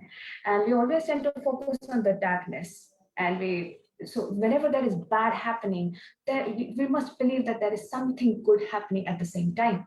So stop engaging into that learned helplessness of yours and do what is necessary. And during the same time, my husband, who is a wildlife enthusiast, was struggling miserably to fit into the concrete jungles, the jungles of concrete. And it was that time when, putting all the questions aside, we took a decision of moving into the jungles of central India, and we did. We moved to Satpura Tiger Reserve, to the remotes of Satpura Tiger Reserve, with a tiny 2-year-old and a lot of dreams and hopes in our eyes. And yeah, his work started. Mine was still to look after my young one. Not complaining, but I was happy where I was than before. but I was still a little bit unhappy about how I was being, perceived only on the basis of the current room that I was in. Like I wanted to yell and tell people that I'm more and I can do more. And it's a bit frustrating, juggling all those, phases and things that were going at that time. Things were rolling. Yes, and COVID hit and closing down on everything, shutting down everything, and the sedentary miserables sitting at their homes made life even more difficult. And I was desperately, reaching out for meaning, looking out for meaning and purposefulness and everything. So on the social media, people were posting about how they were coping with things, how they're going through difficult times and everything. And yes, children with special needs were also going through some tough time as well. Their parents were posting that with therapies closed down and everything, already children with special needs, they have a tremendous amount of things to deal with, and with this added thing, it was very difficult for them. And well, someone's inspirational word in that moment actually hit me that, believe in yourself, you are more and you can do more. And that's where it hit me. And there in the jungles of Satpura, with a borrowed laptop, I kind of developed an online therapy model for children with autism and on applied behavior therapy. And I started working towards it. I created my own brochure, marketed it, published it everywhere, reached out to people, found out clients, and started working on everything. And that was the moment when I was finding some meaning and I was feeling happy about it. All my significant ones, my parents, my husband, helping me throughout this journey, supporting me. Meanwhile, I was homeschooling my child, right in the middle of the forest, cooking with him, playing with him, taking a stroll in the woods, talking about different concepts and things like that. So yeah, life was going on, but still I was a bit unhappy because there is this certification, there is this degree in our field called BCBA, Board Certification Behavior Analyst, and that is very prestigious one. And without that, my work wasn't of that authority. And again, there were questions. So I was again looking out for my whole purposefulness and, fighting out for meaning and identity and everything. So because of COVID, the whole thing had become online and was available there, which I couldn't do since 2011, was available just there because of COVID. And I was very happy. And again, I looked at the fees and I sank. But then my father stood behind me and he was like, jump into it with full heart. And I know you will find happy, you will find success at the end. I know I'm there, right? And I jumped and I did. I enrolled for the course and began on a new journey altogether.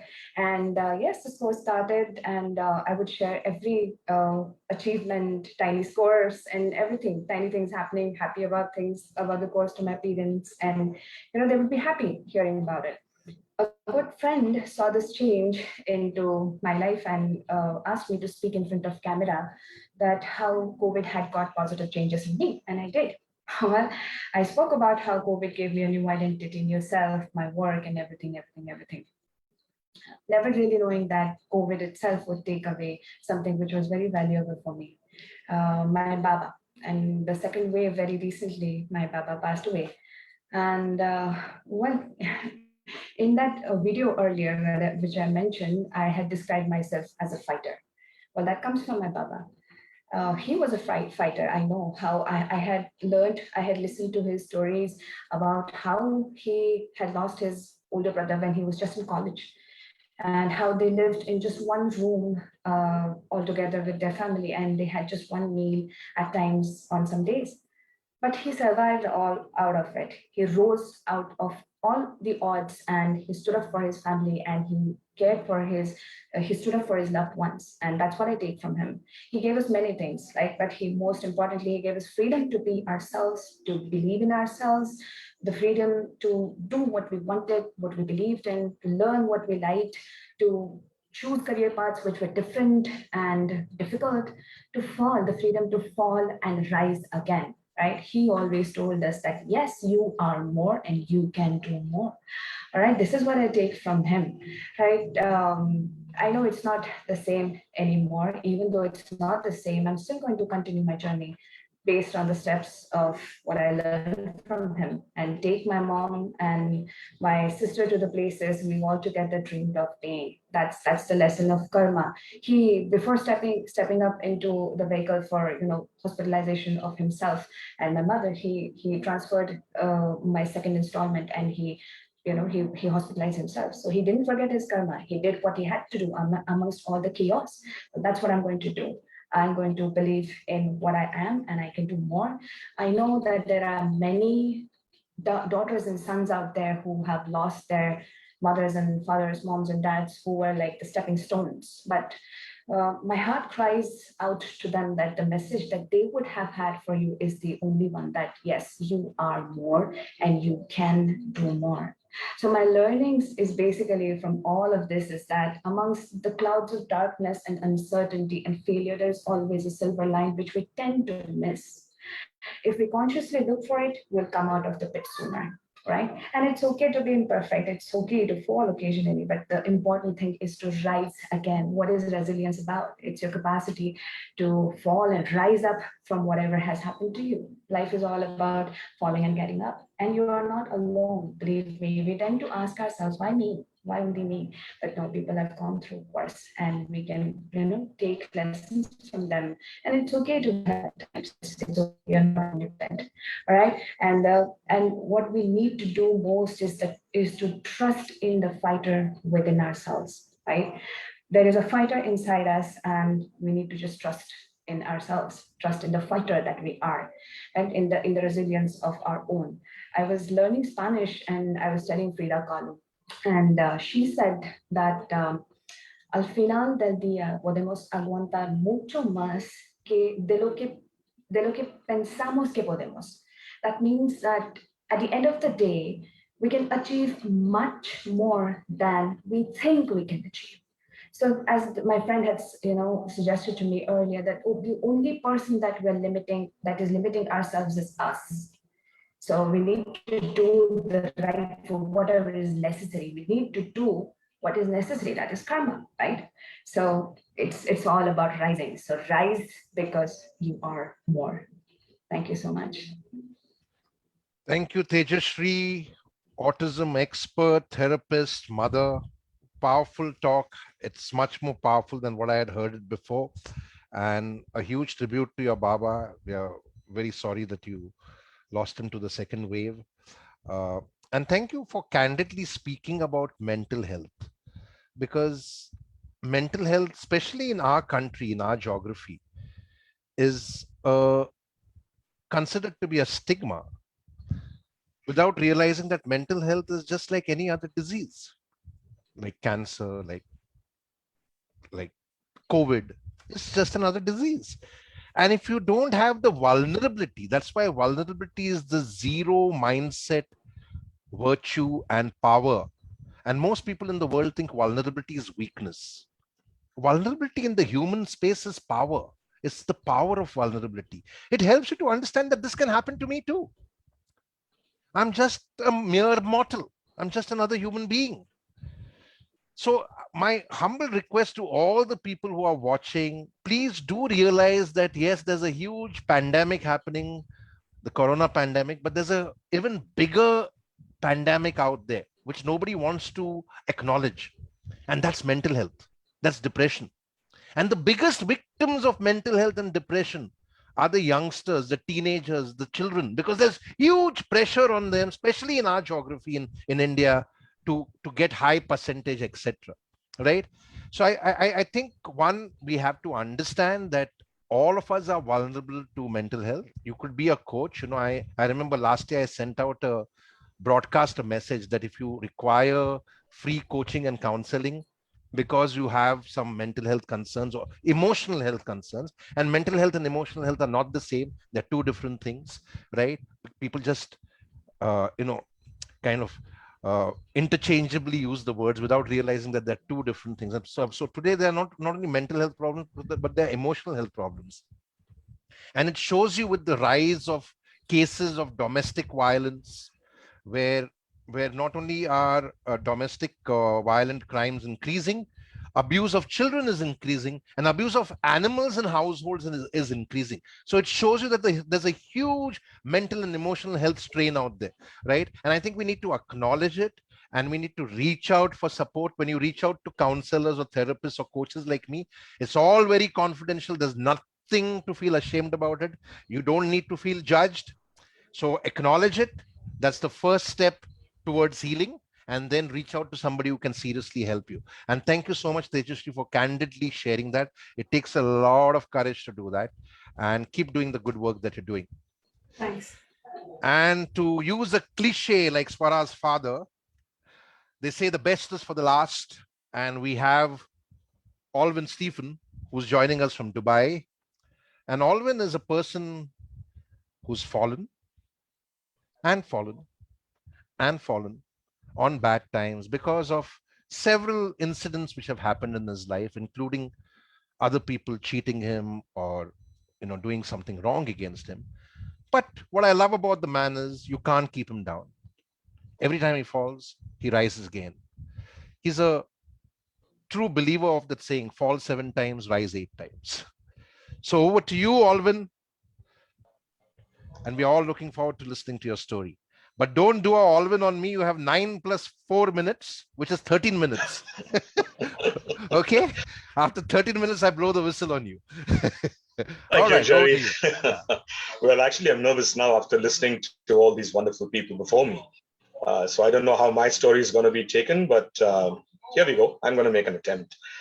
First of all, for those watching, it's the first time ever in my life I'm going to be speaking the truth, and that also live, and it's on Facebook. There are a lot of family members and friends who probably have not heard about this before. They're going to learn a lot about me. And thanks to Derek and Jerry for bringing me onto this platform. My story is in 3 parts. The first part is on aspiration and humble beginnings.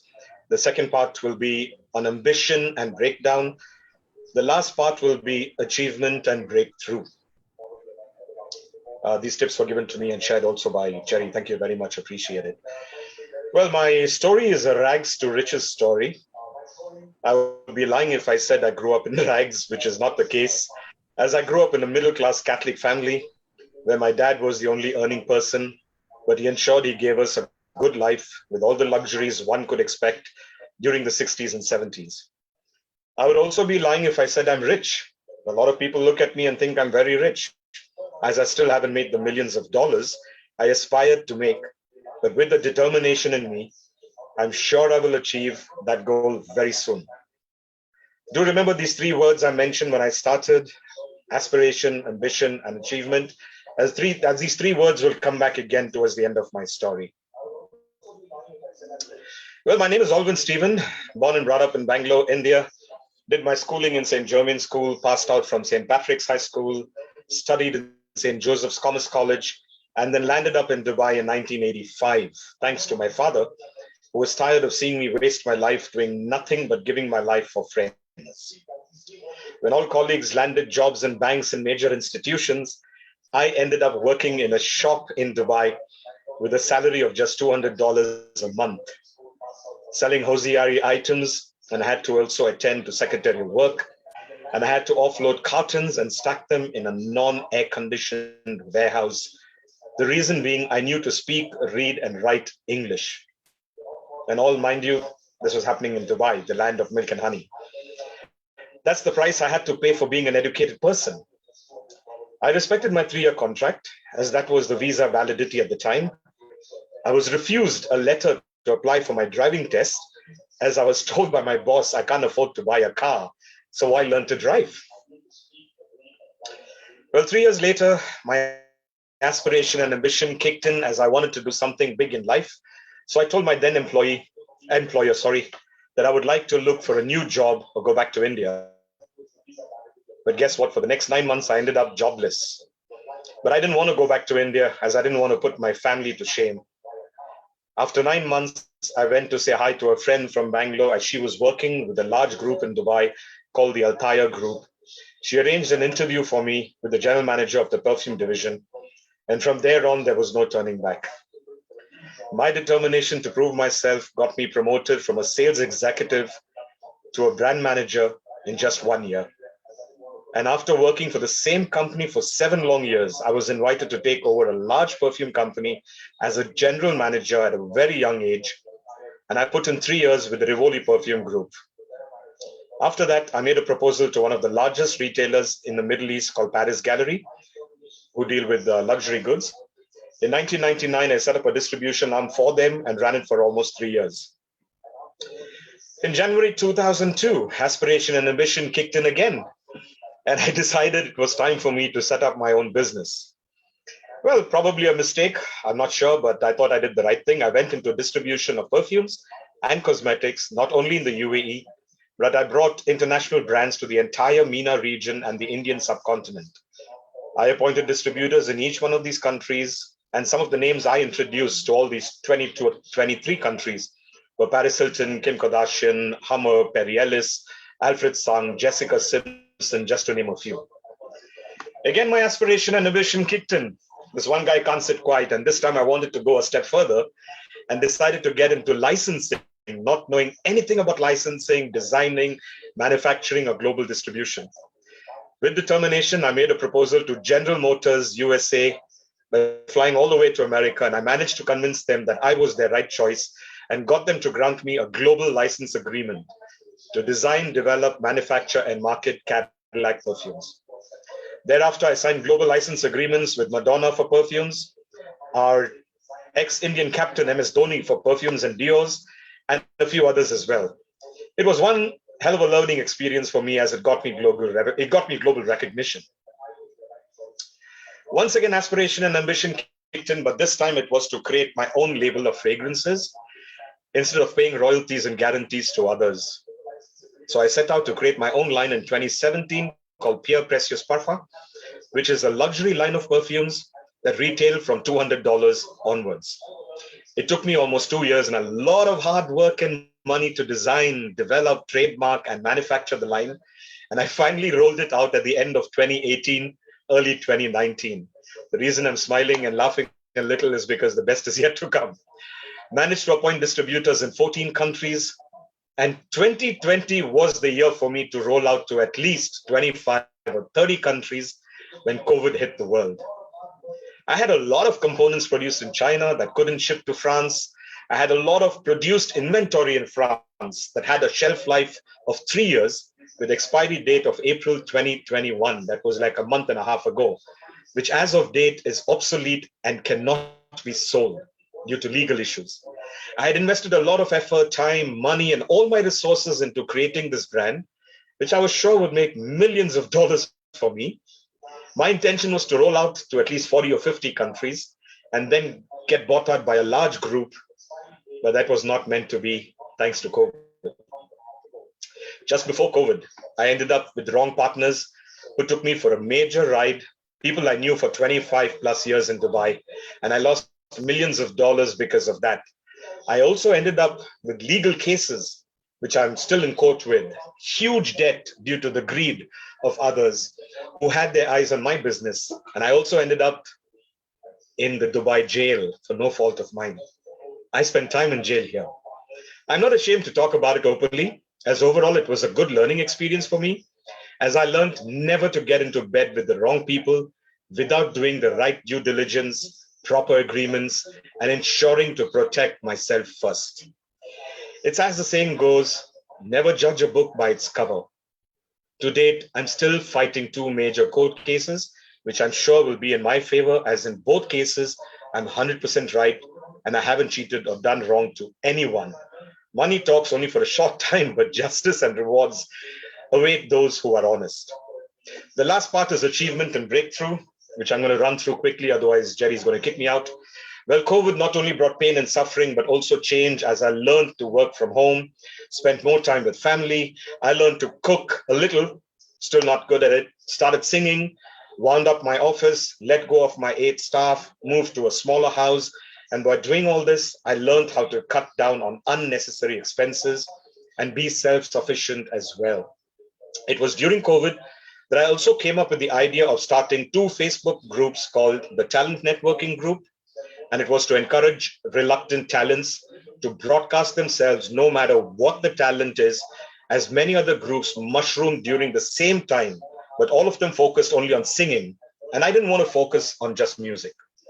TNG started with just 50 members and blossomed to over 6,000 members who post not only music, but dance, cooking, baking, painting, you name it all. It was awesome to see people come out of their shell and showcase their talent, and some of them made revenue out of it as well. This gave me the idea to start the second group, TNG Live, to encourage live performances, no matter what their talent was. Together, on both those groups, we have over 12,000 people who I call my one big happy family. We don't expect anything from anyone here. All we do is inspire, motivate, encourage, and uplift all those who showcase their talents or perform live. So to summarize my 35 years in the UAE, I've had my ups and downs, but I'm still here. I don't know why. UAE made me a better person. From being a chain smoker, I stopped smoking over 20 years ago, stopped drinking hard liquor over 30 years ago, learned to be an independent person, started from zero as a shop floor person to working for a prestigious perfume company, to being a general manager for a large perfume group at a young age, to setting up distribution for a luxury retailer, to running my own business, to signing global licenses, to creating my own signature label of perfumes and reaching out to distributors, manufacturers, celebrities, retailers all over the world. The Gulf War in the early 90s didn't affect me too much, but the global recession in 28, 29 put me out of business as I just rolled out my first licensed perfume globally, and I had to start from scratch again from 2010 onwards. Then came COVID-19, and when I was about to make it big with my own creation, I suffered my worst loss ever in 2020. And once again, I was down to zero. But that hasn't stopped me, as during COVID, I decided it was time to get back and walk again. So I started working on another new line of fragrances, which I plan to launch post-COVID. It's called Alto A3 Parfum, and is based on my own true story of my 35 years in the UAE. It's based on my mantra of the 3 A's that I experienced every decade during my career of 35 years in the UAE. And those 3 mantras are aspiration, ambition, and achievement. This time I'm determined to achieve. So me being the enterprising person I am, I set out in 2021 with the determination that with aspiration and ambition, I will achieve. But this time achievement will be in the form of me writing my own coffee table book based on my true story, which will roll out with the launch of my new fragrance line, Alto A3 Parfum. I realized achievement doesn't have to be when I make millions of dollars, as it's not always about money, which is something we all need. One day, we all have to leave empty-handed and end up in a 6-foot pit with nothing. To me, achievement will be when people read my book and get some inspiration from it, as life is not about giving up. It's about going the distance, no matter what hurdles come our way. And as I think Tejasri just said, each time we fall, we should learn to get up on our own and walk again. That's all I have to say. To know a little more about me, please visit my website. It's www.alvinsteven.com. Derek and Jerry, thank you very much for this initiative. I wish you all the best for the future as well. Thank you once again. Thank you, Alvin. Very inspiring and very, very heartwarming. Like they say, this too shall pass. The best is yet to come and the worst is yet to come. That's a part of life. And no one of us is bereft of pain, hardships, suffering. But to stay true to oneself and to uphold integrity when we are down, when we are fallen, that takes a lot of courage, of conviction, that takes a lot of character. And I think that is what success means. A lot of people have the wrong notion of success, and that's what we teach in our Mojosh Inspirator Life Leadership and Learning to Learn Success Summit that we have rolled out for all the young students and children. That success is not about fame, fortune, glory, wealth, luxury, big lifestyles of wearing designer brands and having designer fragrances. And I know I'm speaking after the wrong person, because you actually promote luxury items, right? I promote, but I don't wear any. Yeah, but the concept, not even any fancy shirts or watches, by the way, nothing at all. Yeah, but the concept of success is Are you creating value? Are you creating impact? And are you making positive contributions, which in turn will become your legacy? Because nobody will remember you by the cars you drove, or the suits you wore, or the perfume you wore, or the pen you carried. You can have a plastic pen like me and write bestseller books. I use plastic pens. Or you can have a Mont Blanc pen like Narendra Modi, who's doing sweet bugger all. Nero's fiddling while Rome is burning. People are ailing and dying, and he's waging a war with Twitter. So what good is your Mont Blanc pen when the pen cannot be used to write against wrongs, to right wrongs? So at the end of the day, I think one big lesson from Alvin's story, and big lessons from countries who not understood this, companies who not understood this, but very evolved, enlightened minds understand this, that life is not about luxury and living opulently, ostentatiously, and becoming conspicuous consumers who are mindless. What's the point? You're destroying the earth. Life is about understanding austerity and simplicity. And because people don't understand this, they get waylaid by all the advertisers and brand managers who are always selling you the next big thing. And you're buying the next big thing with money you don't have, to please people who don't care, who are your neighbors and your richer cousins. And that's the problem with most of the world. Because their self-esteem is lacking. Their only identity is the materialistic possessions that they have. Hey, you are not the materialistic possessions that you have. You are you. You define yourself. Your materialistic possessions don't define you. And don't get waylaid. If you have huge self-awareness, self-esteem, and dignity, everything else doesn't matter. It's called, in the United States, it's called keeping up with the Joneses. In psychological studies, it's called the Diderot effect. Dennis Diderot, very evolved, enlightened brain, very evolved philosopher, and the founder of the Encyclopedia Library, 17th century, sold the encyclopedia library to the queen of that time, came into a lot of money. And along with the money that was paid by the queen, he was also given a very expensive royal gown.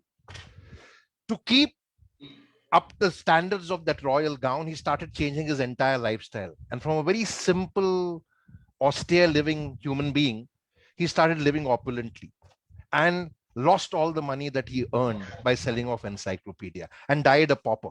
It's called the Diderot effect, right? And conspicuous consumption. Keep these two words in mind: Diderot effect and conspicuous consumption. Understand what you need, and that is a very essential part of the Mojo's Inspirator learning, right? People are always pursuing happiness because the Americans even have it in their constitution. The pursuit of happiness. Nonsense. It's a completely mindless concept. You can't pursue happiness. The happiness is within you. Happiness is not in the materialistic things. That's what they sell to you. That's what the world has sold to you. Happiness comes from within. It's inside out, not outside in. And happiness comes with contentment. How can you be content when you're always in anxiety about what you don't have and you're not enjoying what you have? Enjoy what you have. You can have a very big home, so a very big house, sorry, and not have a home. And you can have a very small house and have a lovely home. Happiness comes from within. In fact, all the happy chemicals are in your brain. We call them the Mojo's dosage of happiness. And dosage is an acronym for all the happy chemicals. And be grateful for what you have. Many don't have what you have. You have meals to eat. Many are dying hungry. Many have lost jobs. They don't have jobs. They don't know how to fend for their next meal. You heard Jenny Leon's story. And even though she had lost her job, look at her compassion, look at her joy of giving, which has inspired her to find more happiness, find more strength, that she found ways to earn money and still fend for her animals who are living with her in a rented apartments. I think it's all right here. So understand, austerity and simplicity are the most difficult things to accomplish. Countries like Greece and Portugal, many European countries have learned this the hard way. They're now adopting austerity measures. Companies which have gone bankrupt have learned this the hard way. And individuals who have gone bankrupt have learned this the hard way. There is nothing like austerity and simplicity. You may have everything in the world. Live simple, live austere. It's the only way.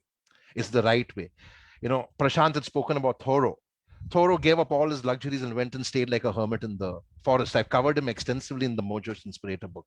We've taken a lot of life, leadership, and learning to learn lessons from philosophers of the world, from the do's and the don'ts, what you should do, what you should not do. And of course, the rest is a choice for people to follow. Some learn the hard way. They don't learn by reading or by learning from other people's stories. And the entire concept of the stories of resilience is learn from our stories.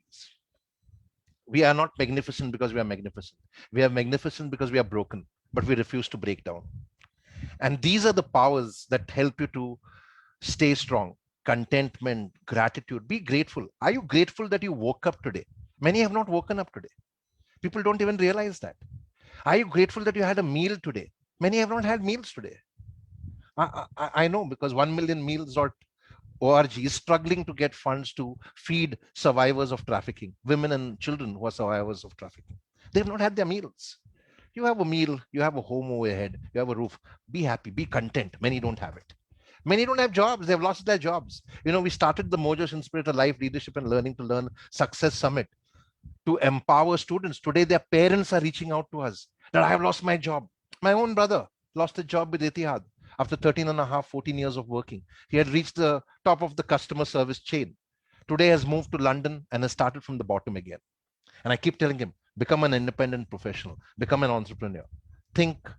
Don't think jobs, because no employment is safe today. And any which way, many won't have employment in the next 5 years because artificial intelligence is going to take over your employment. And the industry is going to move towards what is called as the gig economy, which means you will be hired by the gig, by a day, by a week, by a month, by a quarter, by a year, with specific tasks assigned to you. And if you don't complete those tasks, you may not get paid. That's what your contract will say. So like Urban Company has, the Urban Clap or Urban Company is a app for plumbers, hairdressers. This is a gig economy. Urban Company will happen to all of us.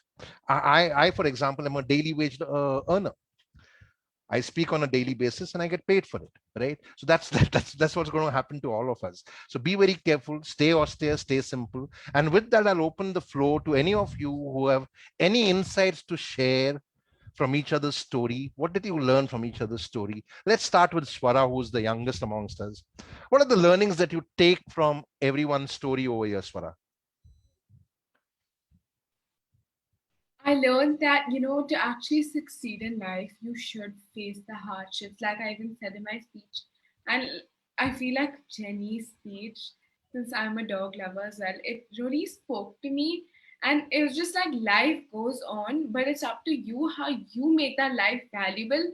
And, don't do the casual thing, like, just keep working, but how you make that difference to the people around you and work for the people, not for yourself. And I feel that was what my key takeaway from today would be. Thank you for that, Swara. Over to you, Jenny, since you spoke about you. What are the key takeaways that you have? What are the insights? What are the learning? What are the life leadership and learning to learn lessons that you gained from the several stories that were heard today? Well, thanks, Swara. Thanks, Jerry.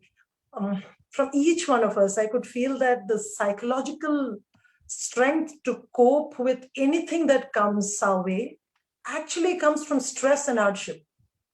The more stress, the more hardship, the more psychological strength we have to cope with it. So like you said, Jerry, resilient people are better to handle adversity. But then that doesn't mean that some are resilient and some are not. The more stress comes our way, they say, necessity is the mother of invention.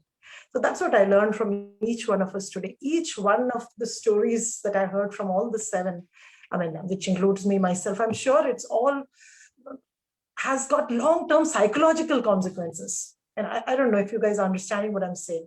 There's so much of significant role in all of our heads. We are not physically Thors and Supermen or anything, but that psychological strength makes us go ahead. Absolutely. And one of the reasons I started writing stories of real heroes, Jenny, is because Thors and Supermen are not heroes at all. They are myths. They are fairy tales. Even the Lord Rams and all, they're all fairy tales, right? It's Dashrath Manji who's the real hero.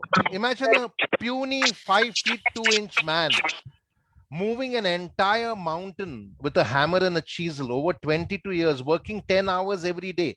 5 o'clock in the morning to 10 o'clock in the morning was in between. From 10 o'clock to 6 o'clock, he used to work as a daily wage laborer. And then 7 o'clock in the evening till around 12 o'clock in the night. 10 hours daily. That's resilience. So that nobody else dies like my wife died. It's now if that 5 feet 2 inch man had that kind of strength of character and power of vulnerability to understand that I can move this mountain, are you saying that we don't have it? We all have it. So we all have unlimited heroic potential, but most choose not to unleash it because they settle for a life less ordinary. Very few go for extraordinary. Thank you for sharing that insight, Jenny. Who wants to go next? Angelique, do you want to share any of the insights or learning? Yes, it was amazing just listening to everyone. So I would say also, like Alvin said, every time you fall down, you need to get up. So 8 times, 10 times, million times, you just need to stand back up again. So I think for me, that was really insightful. And also, like you said as well, Jerry, just living with your purpose, being true to yourself. It's not about money. It's about what value you leave behind on this planet, and also what you do for others, how you make them feel. Those things are more important than how much money you're going to collect, really. So yeah, it's been amazing. Thank you. Absolutely. Thank you, Angelique. And that's what people will remember us by. That's why my books are called Karma Kari. And karma, again, many of the people in the Hindutva factions, they've twisted it as destiny and predestined, preordained. God has a plan. No, God has no plan. God has no time to have a plan for you. You create your master plan. You create your own path. Nobody else can. And karma basically is cause and effect. The choices you make are the consequences you will beget. As you sow, so shall you reap. That's the concept of karma. So whatever choices you make the right choices, you get the right results. You make the left choices, you will get left out. So never forget that it's not a choice that others make for you. It's a choice that you make for yourself. Because in any situation, in any circumstance, you can create your own path, right? Nobody else can create your path. Nobody else can create your destiny. Nothing is predestined. You are the captain of your ship and you are the master of your destiny. Thank you, Angelique, for that powerful sharing from all of you. Tejasri, any insights, any learning from you that you want to share? It's been a wonderful experience to hear to all these stories and all these people.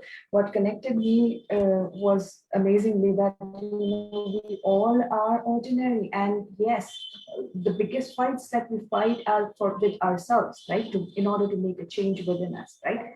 So we just refused all of them, Derek, Angelique, all of them, even Owen, everybody. They had a goal. They went through hardships, but they refused to break. Rather, they went through a breakthrough. That's wonderful, and that's what we should keep in our minds as well, right? That's what I took away. Thank you, Tejasri. Very nice. Very happy to hear that. Prashant, any insights and learning from you? For me, what I've learned today is that there are a lot of stories floating around, and we just need to have an ear to know them, to get inspired. As you said, there are millions of people with good hearts doing great. And from now on, I'll really, kind of put out an ear always to, look for such people, learn from them, get connected. I think one thing that's really, inspired me is the smallest of, details that you've shared, Jerry, about how the systems are structured and what we are up to, especially the point that you shared around the gig thing. I think all our stories had so many gigs in them. What we were doing, we were responding to situations. So we were actually doing a lot of gigs. I'm myself thinking how many times I've done a gig when my community has come up with a problem. Right. And a lot of gigs we are already doing. Why aren't we believing in that and structuring ourselves for that future? So thanks, Jerry, and thanks, everyone. Thank you, Prashant. Thank you for those brilliant insights. Thank you for sharing. Sachin, sir, we'll save Alvin, sir, for the last again. All stories were quite... Because he's always the last man standing. So, yes, Sachin, tell us. All our stories were quite inspirational. Right. As you said, Jerry, many are sleeping. And we are the lot that very fortunate that we are we are in fact not sleeping. We are quite lively. So I think then by this I can be an example to others. Absolutely, and thank you for saying that, Sachin, because around 2010 it was the Karmavir Awards uh, press conference, and we announced the Karmakari books. And I said, these are the stories of ordinary people who I'm going to tell. They are not your movie stars and sports stars. They're ordinary people. Some of them have never even gone to a school or a college, like Lakshman Singh, who has transformed 500 villages from wastelands into wetlands in a country called India, where wetlands are transformed into wastelands so that they can build SEZs and useless industrial sheds on them. And Lakshman Singh, because of this man called Lakshman Singh, a boy who has never gone to school but is self-educated, today over 500 villages are transformed from wastelands into wetlands, and 500,000 people and children have a life of dignity and livelihood because of them. And one journalist told me in the press conference, she said, "Who will read your stories? who wants to read about these people? Why don't you invest your time well into by writing about some movie star and sports star?" I said, "But they don't inspire me. They are not doing sweet bugger all to change society or make a difference. These are the people who are changing society." There's a domestic house help who used to work as a domestic house help in the daytime and a vegetable street vendor in the night time to build a small clinic. That was a dream. That was a purpose. And by doing that, she educated her children. She comes from a slum in West Bengal, in Calcutta. And today, that small clinic that she built with 20,000 saving is a huge state-of-the-art hospital spread over 5 acres of land. Can give your private hospitals in Dubai, London, and India a run for their money. And her kids, who are now doctors, MBAs, run that hospital. And she's very clear that the hospital does not belong to us; it belongs to the community. So all the kids are just employees, and it's very clearly mandated that you will never be owners of the hospital. So there are amazing stories out there. Again, Subhashini Mistry, her name is. She never went to school or college. Domestic house help, used to work as a daily wage labor in people's homes, cleaning their utensils, washing their clothes. So are we saying that if Lakshman Singh, if Dashrath Manji, Subhashini Mistry can do it, we can't do it? Come on, all of us can do something. The fact is that none of us can do everything, but all of us can do something. And I think that's the indifference that people need to get over. And that's why, from the time I started telling stories of real heroes, I don't really give a damn who the president of the United States is, because some idiot like Trump or Biden will be there, or who the prime minister of India is, because some idiot like Modi or Gandhi will be there, because they are not changing the world. They only indulge in petty politics. It's the ordinary people who are changing the world in our country every day. And I say this straight, no censorship on speech. Say it like it is, because the truth has to be told. Like Alvin said, the truth has to be told.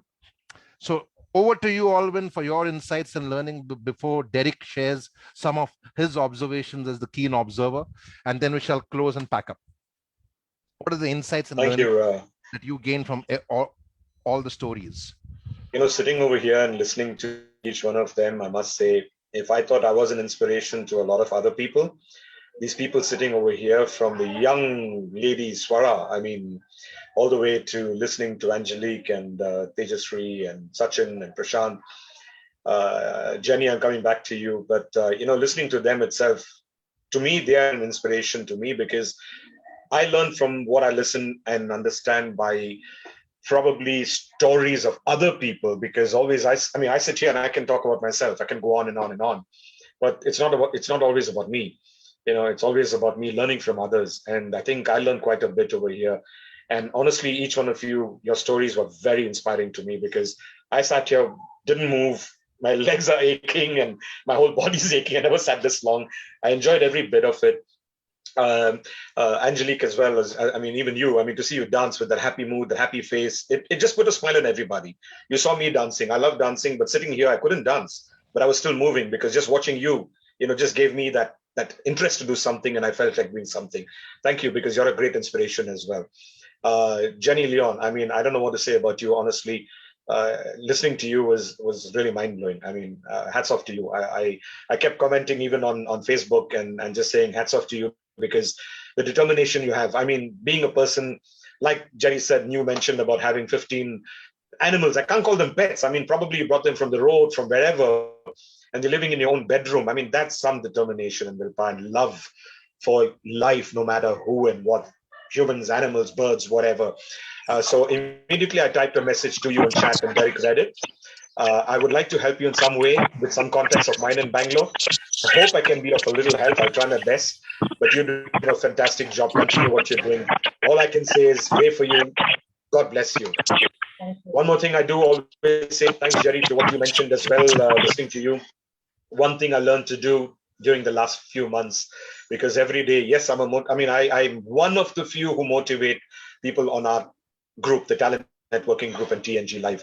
Derek is also an admin there with us. We have many others watching your show who are admins and moderators. We do motivate and inspire people. But you know what I learned? Because the last few months, I've been seeing people every day posting nothing happy. It was all about people dying, dying, dying. It was so horrible to read. You know, wake up in the morning, first thing you see is this. Refresh your WhatsApp, your Facebook, and all you see is deaths. So every day for a few months now, and some of you see me, I wake up first thing and I thank our Lord just for giving me a new day. That's all I thank Him for. And believe me, my day is beautiful after that. So whatever happens, no matter what it is, when you wake up, thank your God. I mean, I call Him Lord, God, Jesus. You'll call Him Shiva, whatever. It doesn't matter. Allah, anything. Yeah, God is God. Thank God for this new day that we got, because there are very few of us who are making it to the next day. We should be grateful for that. Derek, you're a great inspiration. I know that he always sits behind that mask, but this man has got a heart of gold. I love you, Derek, for what you are and who you are. Thank you, Jerry. Thank you, everybody. I had a great time. Thank you, Alvin. And all of us spoke about failure, and especially in our geography in South Asia, we don't like failure. You'll see it every time the Indian cricket team wins, you'll put them on a pedestal like a demigod. But if they lose, the same people who put them on a pedestal will start abusing them. Hey, you can't win all the time. You win some, you lose some. Failure is a very essential part of life. No failure, no innovation. Think about it. So for all the parents watching out there, let your children fail. Let them make honest mistakes. No failure, no experimentation. No experimentation, no innovation. They'll just live a routine, mundane life. So failure is a very essential part of life. And thank you, Alvin, for all the insights that you shared. Before I go over to Derek, you would all realize that we keep talking about vulnerability, and a lot of people don't realize this, but most people in the world think that vulnerability is weakness. Yes, it is a weakness in the dictionary because it means weakness in the Webster's or the Oxford Dictionary. But in the human space, many people don't realize that humility and vulnerability are not weaknesses but power, and they think it's a weakness. Any thoughts, quick thoughts before Derek sums up on vulnerability? Do you think vulnerability just say one is thing before important to someone understand? speaks? Yeah. Sorry, Jerry.